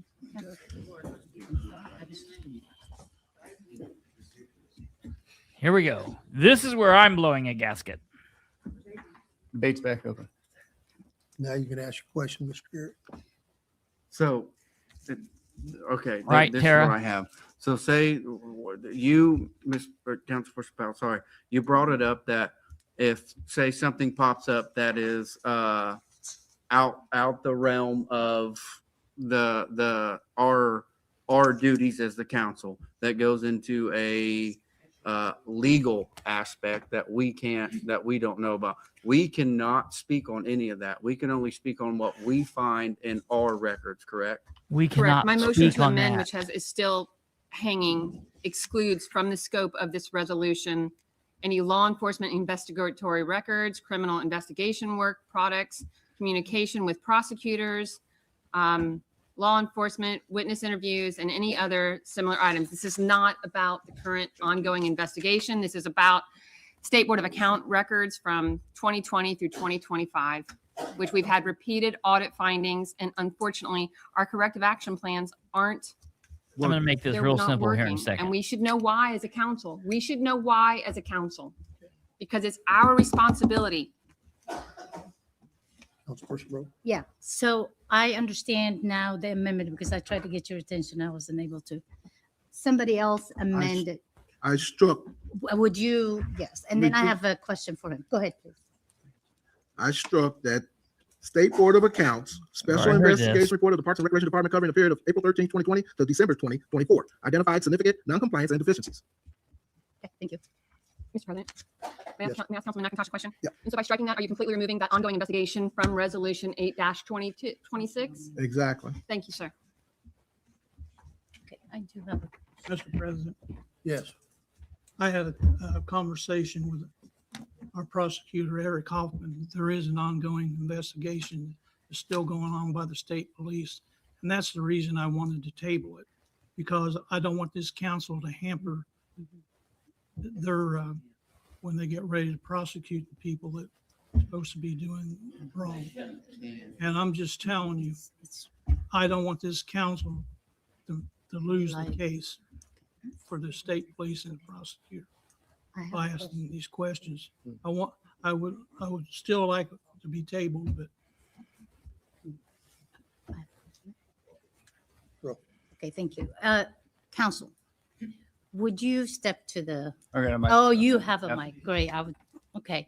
So could you tell us summarize exactly how Yeah. this resolution looks now I know, Wayne, it's versus how insane. it started for the people listening and for us? Because They're still asking. They keep How it looks asking now where versus we how are. it What's started. going So I on? think the addition in the scope of the investigation that removes law enforcement investigatory records, criminal investigation work product, communications with prosecutors, law enforcement witness interviews, other similar items, I think just explicitly removes any appearance that the council could interfere, obstruct, or even parallel a criminal investigation. So I think that the council has an obligation in No one currently is afforded an prosecuted. opportunity to investigate and review the internal controls. I think that can be done carefully and without obstructing, interfering, or even paralleling a criminal investigation. Thank you for making it clear.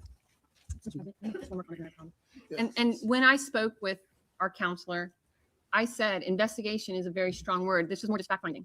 This is not to find malfeasance. There was none that State Board of Accounts would have turned over to anybody. This is council upholding our responsibility of knowing why our corrective action plans didn't work in the 6-month period that Indiana Code has set forth. It's just us finding out so that when people ask us why is this repeated, or when we have questions about why it's repeated, we'll understand. It's not to point fingers. It's just so we can understand why we have 6 pages of repeated findings of the Jerry. same thing, excess, appropriations and internal control issues. It's build public trust. Public trust. To build public trust. Comments from council? I've got one. This just allows us to do our civic duty without overstepping into law enforcement or any ongoing proceeding aspects, correct? This just allows us to make sure that we can do what we need to do and we're supposed to do, and not, God. I would say, hinder anything that's going on or hopefully doesn't go on in the future, but just allows us to do our jobs and basically just do our job. Just basically plain and simple, and not overstep into the legal aspect realm of where we don't need to be or hinder any investigations or anything, correct? Correct. All right, thank you. Just kind of playing it down. That's my understanding. Okay, thank you. I hear the same thing. question. Right timing issues. Yes. For council, in this ordinance, is there somewhere resolution. which explains how this is going to happen? This is what kills me. Like, Yeah, how the resolution investigation is gonna explains start, it. The order, who's going to be included. I just want to know. Now listen to this. There, May I interject something ahead, here please. to add to your question, sir? You indicated in your legal summary that there were several options to address this this review, if you will. It included a committee, a standing committee, but it also offered the opportunity for another committee formed to address the specific issue. And perhaps we might leave that to our president to form a committee that would allow that to go forward. That was an option, wasn't it? there are standing committees that it could be referred to by vote, and the president does by the ordinance have the ability to create committees. That's okay. It also specifies that we could do it as a committee as a whole, as a council as a whole. That is another option too. Now listen to Nora. I sit up here every month Well, and I understand the frustration of y'all. Yes. I really do. I'm there. This right here, we taking this too far. I'm just sorry I have to say it like that because it's self-explanatory. All we trying to do is do our job as a council. Y'all sitting up here trying to, never mind. I'm done with it. I'm done. yes. Mr. President, I would like to make a motion to amend Section 3, Methods of Investigation, under A. The That's true, complete Ross. council shall conduct this investigation through the following methods. Changing it from the council so that it's understood that all 9 members, since it is our responsibility to know this, are included in the receiving of the information, not a 3-person committee chosen by the president. Second. All 9 council members.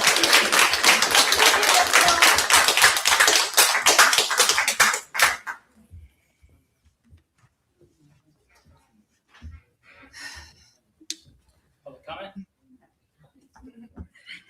We vote on those. You go This ahead. time. After public comment. Yeah, so there are 3 pending. He's trying to vote before amendments, public and so I'll comment have to go happens. through each one of those at a time. Do comment first. You guys are so bloody afraid. I don't understand it.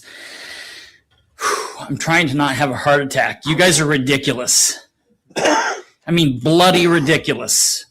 Nobody out here, and none of you should think that any of you all are Dick Tracy's. Nobody thinks that you guys are investigators or, amazing detectives. You're not going to stumble upon some kind of crazy crime. And Nora keeps saying that it's your job to know. We want to know. I don't care if you want to know. We want to know. It's your job to do your job so that we know. None of you are going to find some kind of crime, and none of you are going to affect what the state police and Eric Hoffman and the Delaware County prosecutors are. You guys can barely counsel your way out of a paper bag. You're not going to affect this. And Ro, did you not read this? Do you guys not read the resolutions before you come here? I did read it. With Okay, all that it laid out. It laid out. All right, I So appreciate there were that. 2 choices, sir. So I needed to know Yes. which choice we were going. So And I is that appreciate fair? that. That is fair. Thank you. But a 3rd grader could have followed the amendments. This was not that difficult. Counselor McIntosh was right. You guys are taking it too far, and it's because a couple of you are so afraid that something's going to be wrong in the mayor's controller's office. Woo-hoo! And you're not even pointing fingers that way. No one's at you guys aren't pointing fingers. You're not looking for anything like that. You're just doing the bare minimum of your job. Vote and do what the public want. You've heard it. You've heard the people here clapping. I don't care what the mayor wants. I don't care what the acting mayor wants. I don't care what you personally want. You have heard the people here clap when you guys have moved towards approving the resolution, and you guys keep calling it an ordinance. It's a resolution. Vote and get it over with. Do it. And it prescribes through there. 15 some days, you get the information. 15 days later, the council will meet. Quit making this harder than it needs to be. All 9 of you are here. You are all elected to do a job. And if you can't do it or don't want to do it, resign. Right, Jeremy. Yeah, me too. Okay, so Chip Taylor, Muncie, Indiana.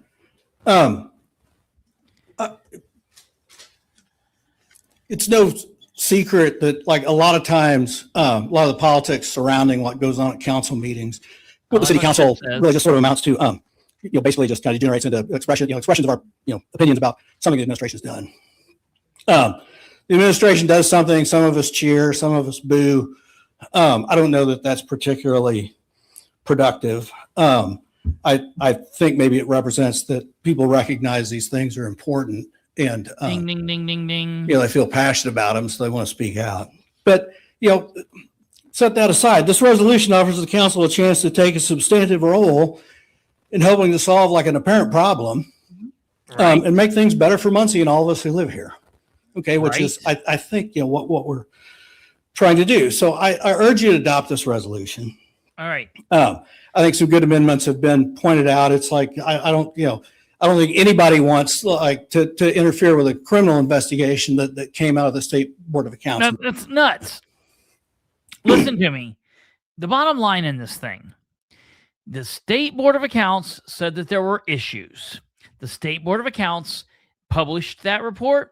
They give that report to us, the public. They give it to the state police. They give it to the prosecutor's office.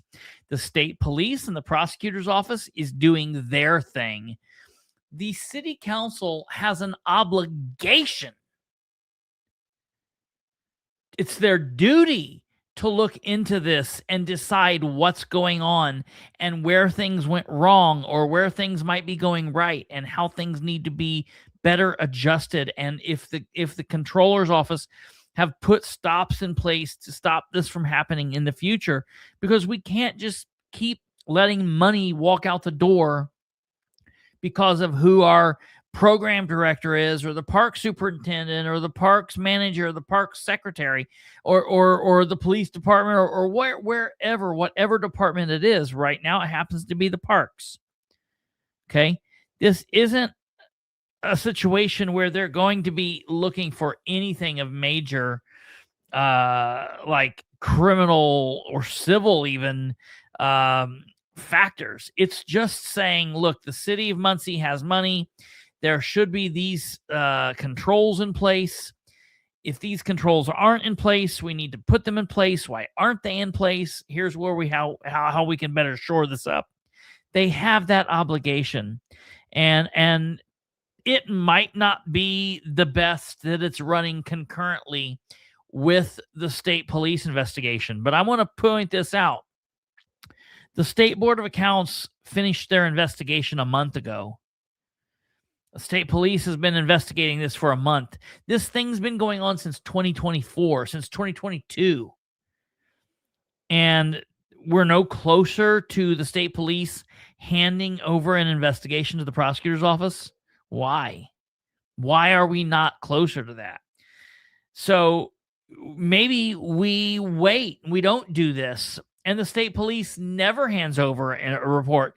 Just because the state police is investigating something doesn't mean a report will come from it. Doesn't mean charges will come from it. Okay? So we can't wait on that. Maybe it'll happen, maybe it won't. It's bullshit. We do it now, and we don't go out. We're not sending out the counselors in teams of 2 to go out and round up suspects and bring them up and sweat them up in the sweat box and hit them with phone books. We're asking them to look through documents and to talk to the stupid ass controller and the stupid ass deputy controller. That's what we're asking. It's not that hard. It's not that hard. And it's not going to affect what Eric and his team has to do. It's not going to affect the prosecutor's office. It's not going to affect the state police. That's nonsense. Just complete nonsense. But this continual improvement is more than just like some sort of technical process, even though it's part of that. It's also a matter of attitude, organizational and community culture. Yeah, we have to have the courage to look at our mistakes and figure out what went wrong so we can correct them. You have to have the courage to look at your mistakes. We can't flinch or look away when we're faced with that. We got to have the courage to look at it. We can't get better at something that we refuse to examine. But to get better, we need to believe we deserve it. Right? Before I retired, I worked with public officials all around the state, local governments, and some state agencies. I don't know if you know this, but people around the state have opinions about Muncie. Some of them aren't good. Some of them aren't fair, right? But sometimes I worry we've sort of internalized some of their worst opinions about us. That's right. It's like Aldi. we don't deserve like good accounting or but like, top-notch performance. Look, I know we're not Fishers or Carmel. Actually, I say, thank goodness for that. But the fact is, there are things they have that are beyond our grasp, right? They're just richer. They're just in a different situation. But we should be reaching for all the good things that are within our grasp. And that's how we get to enjoy the best version of Muncie that can exist. And accurate and effective financial reporting is within our grasp. It's not. All right, I want to go on to what Wayne has to say here. We're wrapping The it up. Indiana here, folks. Code spells it out. There shouldn't be any questions about it. But to enlighten something that happened, Ro, I really do believe you didn't understand. I give that to you. I really do believe there's nothing nefarious behind what you did. But the other three, I believe the reason they don't want it because they're already given that information behind closed doors. They just don't want the rest of you to know it. And that's why they're not behind this resolution. So, and I'm glad you clarified it. No committee, all 9 members need to know what's going on with the business dealings of the controller's office. And Brandon, she spelled it out for you. This has nothing to do with the park. And you heard that, right? Oh yeah, that's why I brought it up. But I yet- just wanted to kind of Right. And I'm glad you brought it up. Yeah. But yet we still hear they didn't want to mess with the state police investigation. It has nothing to do with that investigation. It's everything. Everything. And one thing, the last thing I want to say is, and one reason why this thing should pass is because if you guys do your job and do the oversight, I believe there's going to be a lot of more things that's going to pop up on the radar that should have been looked at by the council. And if you guys do your job and let the public know what's going on, I'm pretty sure we can get some things done. But no more behind the closed doors meetings with the mayor for 3 members on this council that I will not say the names, but no more behind the closed doors meetings. Everybody should know what's going on. Thank you. Elizabeth, I'll be brief. We're seeing a habit here from this administration, and the reason things are so messed up is because they're not being done by policy and procedure from the get-go. And I resent the Colombo attitude here. Well, did we table it? I don't know. You know what happens when you say the word table. I mean, come on, we've been watching this. It's a pattern now. All right, I find it hard to believe that you did all your homework, Mr. Basham, when you were reading that BOT agreement. You had to hold it up and say, everybody could have read this. Well, everybody could learn how to run a meeting too. Everybody could also do their job and learn their job description. This falls under your job description completely. All right, the administration's running over you. We've had 3 boards where things are already decided before the board even gets there. This is getting out of control. And if it doesn't get stopped, well, I believe we start an election year next year.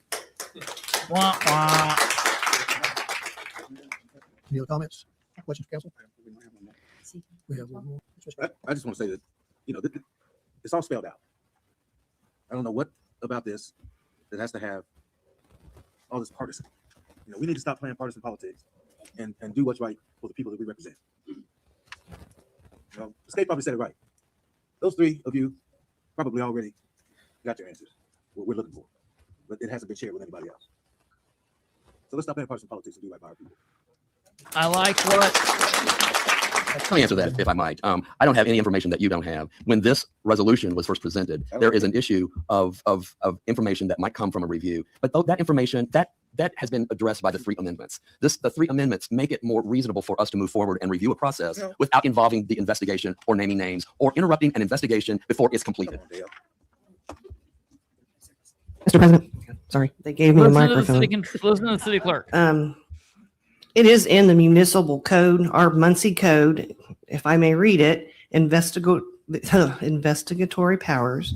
The Common Council may investigate, 1, the departments, officers, and employees of the city; 2, any charges against any department, officer, or employee of the city; and 3, the affairs of a person with whom the city has entered or is about to enter into a contract. B, when conducting an investigation, the Common Council, 1, is entitled to all records pertaining to the investigation, and 2, may compel the audience of witnesses and a production of evidence by subpoena and attachment served and executed in Delaware County, Indiana.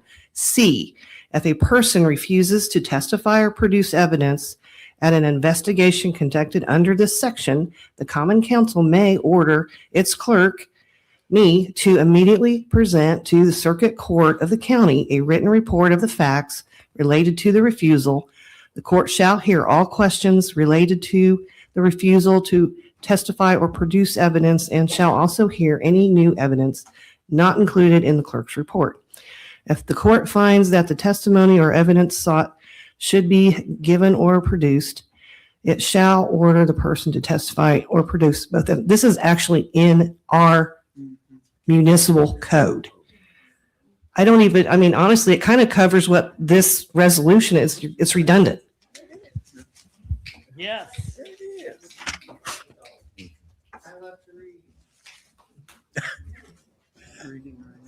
We have 3 amendments we need to vote on. Okay. So they go through. First, I believe, Was mine. and they vote. Go ahead. There's 3 amendments I need a that motion they have to to add vote on. number 4 to section 2A, which excludes from the scope of this resolution anything that could And potentially- essentially what they do is they vote on all 3 amendments, and all 3 amendments pass by a vote of 8-1, with Jerry Dishman being the one that votes against it. And then they vote on the resolution 8-26, and it passes by a vote of 8-1, where Jerry is the one that votes against it. So they do have the right to know about the investigation. In my opinion, yes. Hell yes, they do. Absolutely, they do. Yes, 1000% they do. Now, I think that they can find out about what's happening, and they can keep themselves quiet. They don't, the information's doesn't have to be released. It's just like the police officers knowing about stuff. Police could go and blab their mouth or not blab their mouth. People are so stupid about this stuff. All they got to do is not say things. You can find out about something, and you know how many secrets on a daily basis I hear that I don't ever repeat? Like, I know I blab about a bunch of stuff that sources tell me that's part of my job, but I hear things all the time that I don't repeat. It's not that hard. affect an ongoing investigation. Okay. That was my motion. And it was second. Yeah, Okay. it was seconded. Yeah. We're ready to vote for it. Yeah, we're ready to vote on that. Okay, roll call. Yes. No. Yes.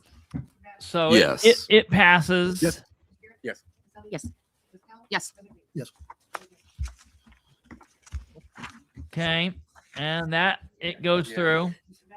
Yes. No. Status of contract negotiation. Now, Yes. here we go. Yes. Timing issues. Yes. Right before public comments, I want you to hear what Nora says. We want to table resolution 4-26. So table. Brings us to other business. Mr. President, I have another business before we invite the public up. I appreciate you letting me speak. I had sent an email last week, and I wanted to, I No don't know if shit, you received it, and so I wanted to Wayne. read it into the record. President Green, I'm requesting that you make a formal inquiry to Mayor Ridenour in your role as the president of Muncie City Council regarding the status of contract negotiations between the city of Muncie and the American Federation of State, County, and Municipal Employees, otherwise known as AFSCME. The last update council received was from the administration in an email from the mayor on December 29, 2025.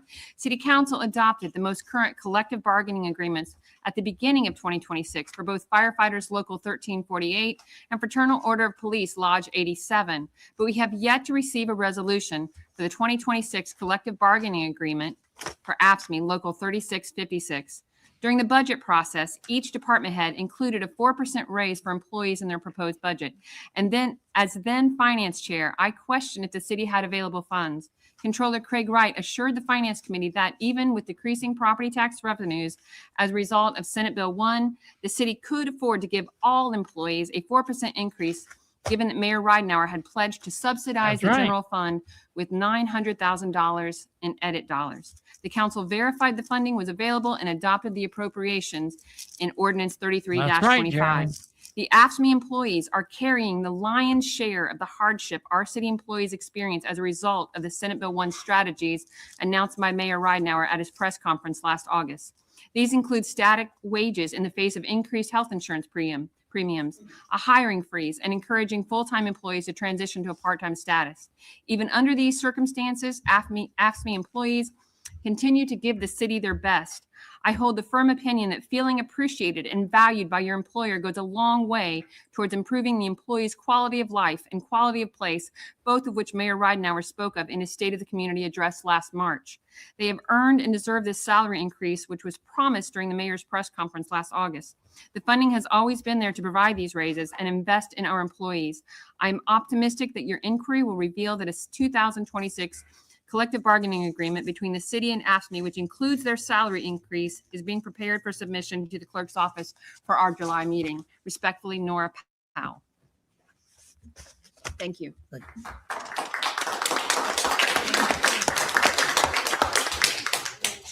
Comment now. We'll remind you that this will be public comment for 3 minutes. Mr. Bilbrey.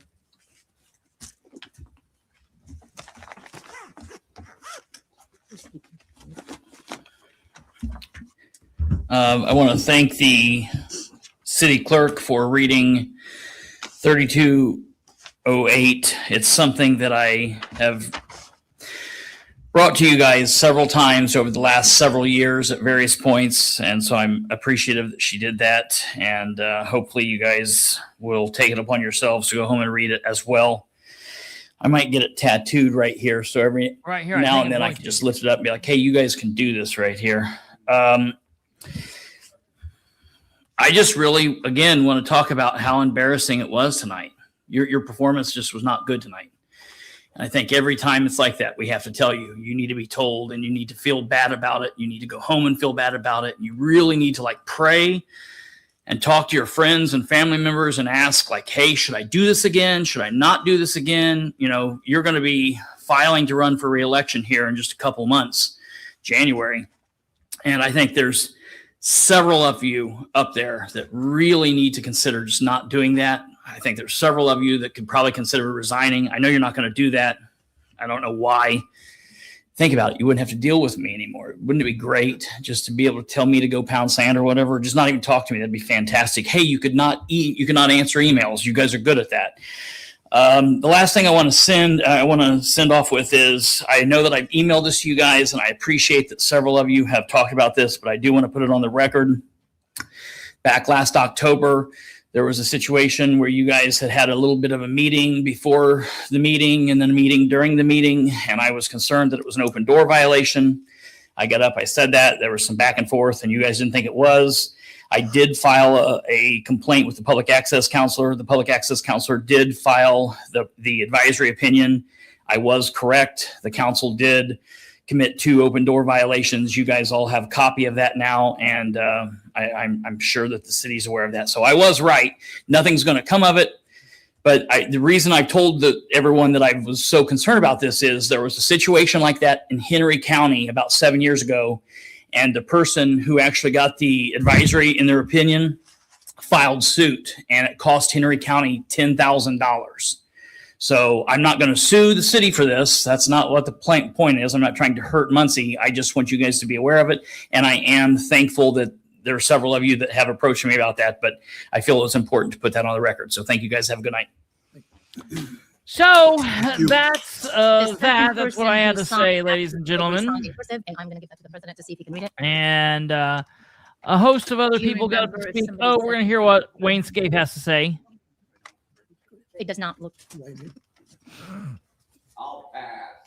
What was that, your handwriting? We don't have input, not in the All right, here- resolution. Oop.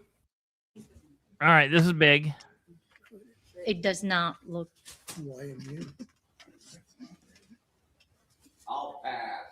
What was that, your handwriting? Yenser, it does say Yenser. I work with doctors. Okay. Thank you. You're passed. Mr. Wayne Scaife. This is a record for me. I've never spoken this much, but y'all caused me to get up here and to this microphone. First of all, thanks, Councilman McIntosh, for reading that committee report. My question is, nobody answered. What about the 8th member? Who approved that? It's not in the resolution. And you can speak, man. I know he's sitting up there like Mafia Don, but don't be afraid to I speak. ain't afraid, man. I read my report. I mean, who approved it? It says it lists 7 members, and now there's an 8th person on there. Who approved it? I got no approval. You got what I got. Bro, now you see what I was talking about? I don't get too happy on this community center stuff. Sorry. Because now we're being bamboozled again, because not only is he giving the money, he's deciding who's going to go in the building. That wasn't part of it. We don't have input. It's our building. And another question, what about this church on Mock Street? I'm hearing that's where it's going instead of Heacon Park. That's across 12th Street, which is out of industry neighborhood. The resolution says it's going to be in industry neighborhood. I'll let. Is that for me? Speak to that. Is that my 3 minutes? No. Oh, okay. They say, what you doing keeping my time? So that's another issue. So I don't know what's going to happen with this committee, but the way it's going is it's like the mayor said, I'm giving the money, so I'm going to run everything. And that's not the way the resolution was written. And the last thing I want to say, it's a shame that the person who's given all the financial answers up here, Ms. Powell, is not on the finance committee. So what's going to happen? Am I correct? You're not on the finance committee? No. So what's going to happen next time the budget comes up? And In all fairness, Wayne, so she's not on the 3-person finance committee, but the council should be doing it the way they've always done it, where all 9 of them are involved. Now, if the council doesn't do it that way, will this be the first time? It's going to be interesting to see how they do it this year. If they do it differently this year than they have been doing it, I will blow a gasket. person we was getting all the answers for don't have the answers because you guys decided to do it different when all 9 members are not on the finance committee, and you took her off. That's who has all exactly the right, answers Jeremy. to share with us, and she was the only one really sharing it with us. So that's a disservice to the people that voted for you. Thank you. All right. I'm going to listen to one more person speak. Thank you. Mr. Rob Miller. No, I'm sorry. I've got to do this. I've got to do it right. We got to do it right. I'm going to listen. I want to listen to this young woman speak. 13-year-old. I want you to listen to this. I've been to 2 of these now, and I've watched a couple more with my mom. One thing I've noticed is many of, you just let people go on and on. You just completely forget about the 3-minute rule. While for others, you are heavy on it because you just don't want to listen to them, I guess.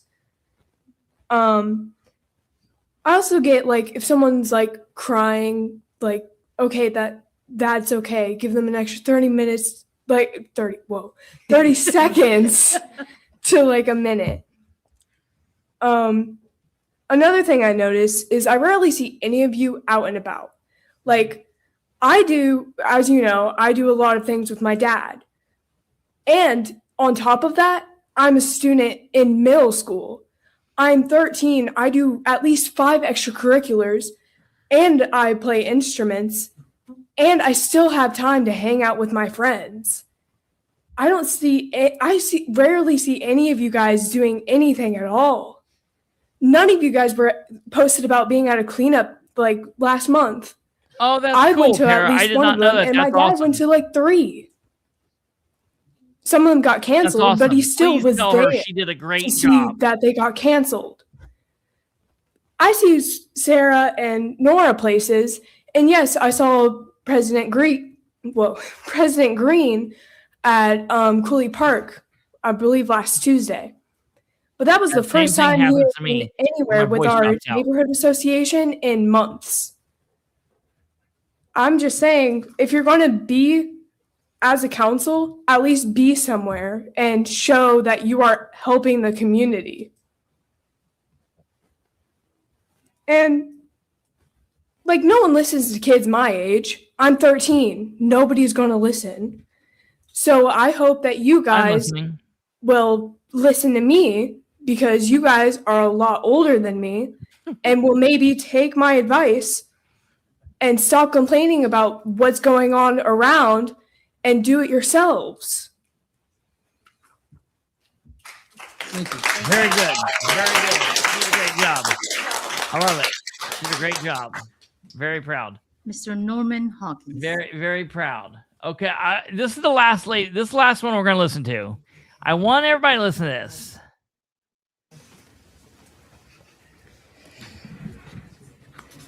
To the City Council of Muncie. I'll be honest. I saw this woman walk in and I saw random people she was talking to.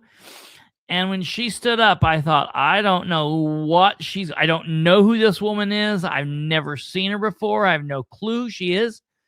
And I had no clue what she was going to say. And I'll put it to you this way. What she said absolutely shocked me. And it wasn't what I thought she was going to say. And I'm glad. I mean, I'm happy. And I hate that I kind of judged her wrongly.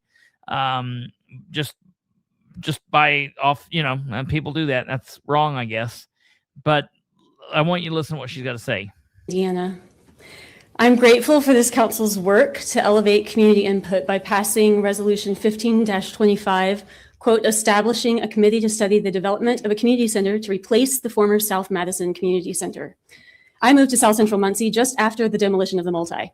My work in reconciliation as a neighbor, pastor, and advocate has repeatedly pointed me to address our community's ongoing plea to right that wrong.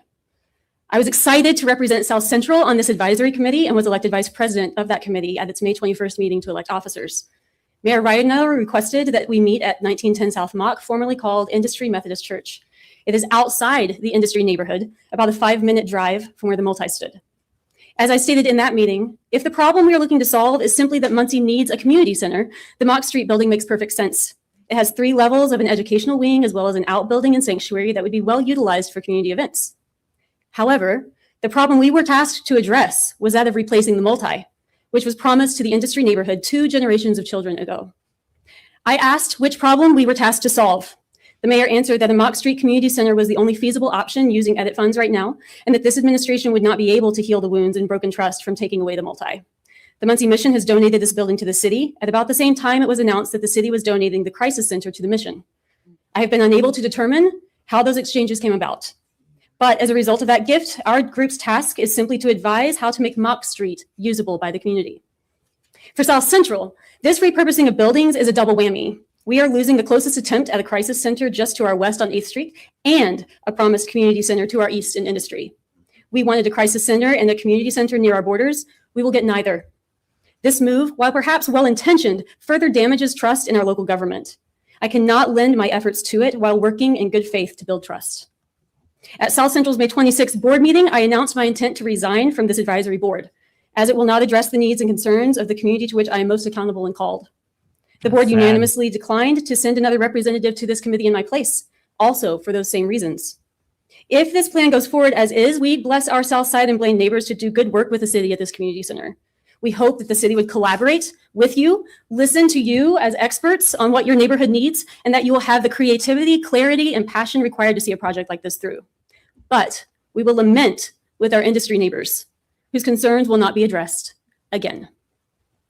However, if after council communicates with this administration and the edit funds are made more flexible to address what we hold are primary concerns of trust building, collaboration, and the replacement of the multi, let me know so that we might reconsider our role going forward. We must remain focused on doing healing work on Madison Street. We will all need to give our best to it. So thank you, council, for your initial resolution. Do not lose your resolve. Thank you for your comments. In the meantime, stay in touch. South Central meets fourth Tuesdays. So I was very appreciative of what she had to say, and it was a crazy ass meeting. There was a few more things that went on there. You guys will have to go watch it, and maybe we'll have a little bit more breakdown of what went on with the fire department. But it was a long meeting. It was a ridiculous meeting. The council's embarrassing. All of them are ridiculous. It's absolutely asinine what they do. I mean, it's getting worse and worse. It doesn't get better. And it's crazy to me.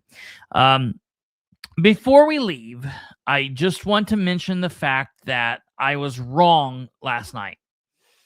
Last night we were talking about the acting mayor, Jeff Howe, and I said that there were two reasons why I felt it was quite possibly illegal or legally questionable that he was holding the position as newly appointed deputy mayor and now acting mayor, because he's also the director of the director of the Muncie Communication, the director of the Muncie Redevelopment Commission. And upon talking to people in the Attorney General's office today, and reading through that book a little bit more fully and more clearly, that reason is no longer a valid reason that we can use against him, because at some point here in quite some distant past, the Indiana General Assembly, the legislature, made the position of deputy mayor not a dual lucrative office. So the fact that he is the director of the Muncie Redevelopment Commission and also now the deputy mayor does not make that a dual lucrative office. So that does not make it illegal. That being said,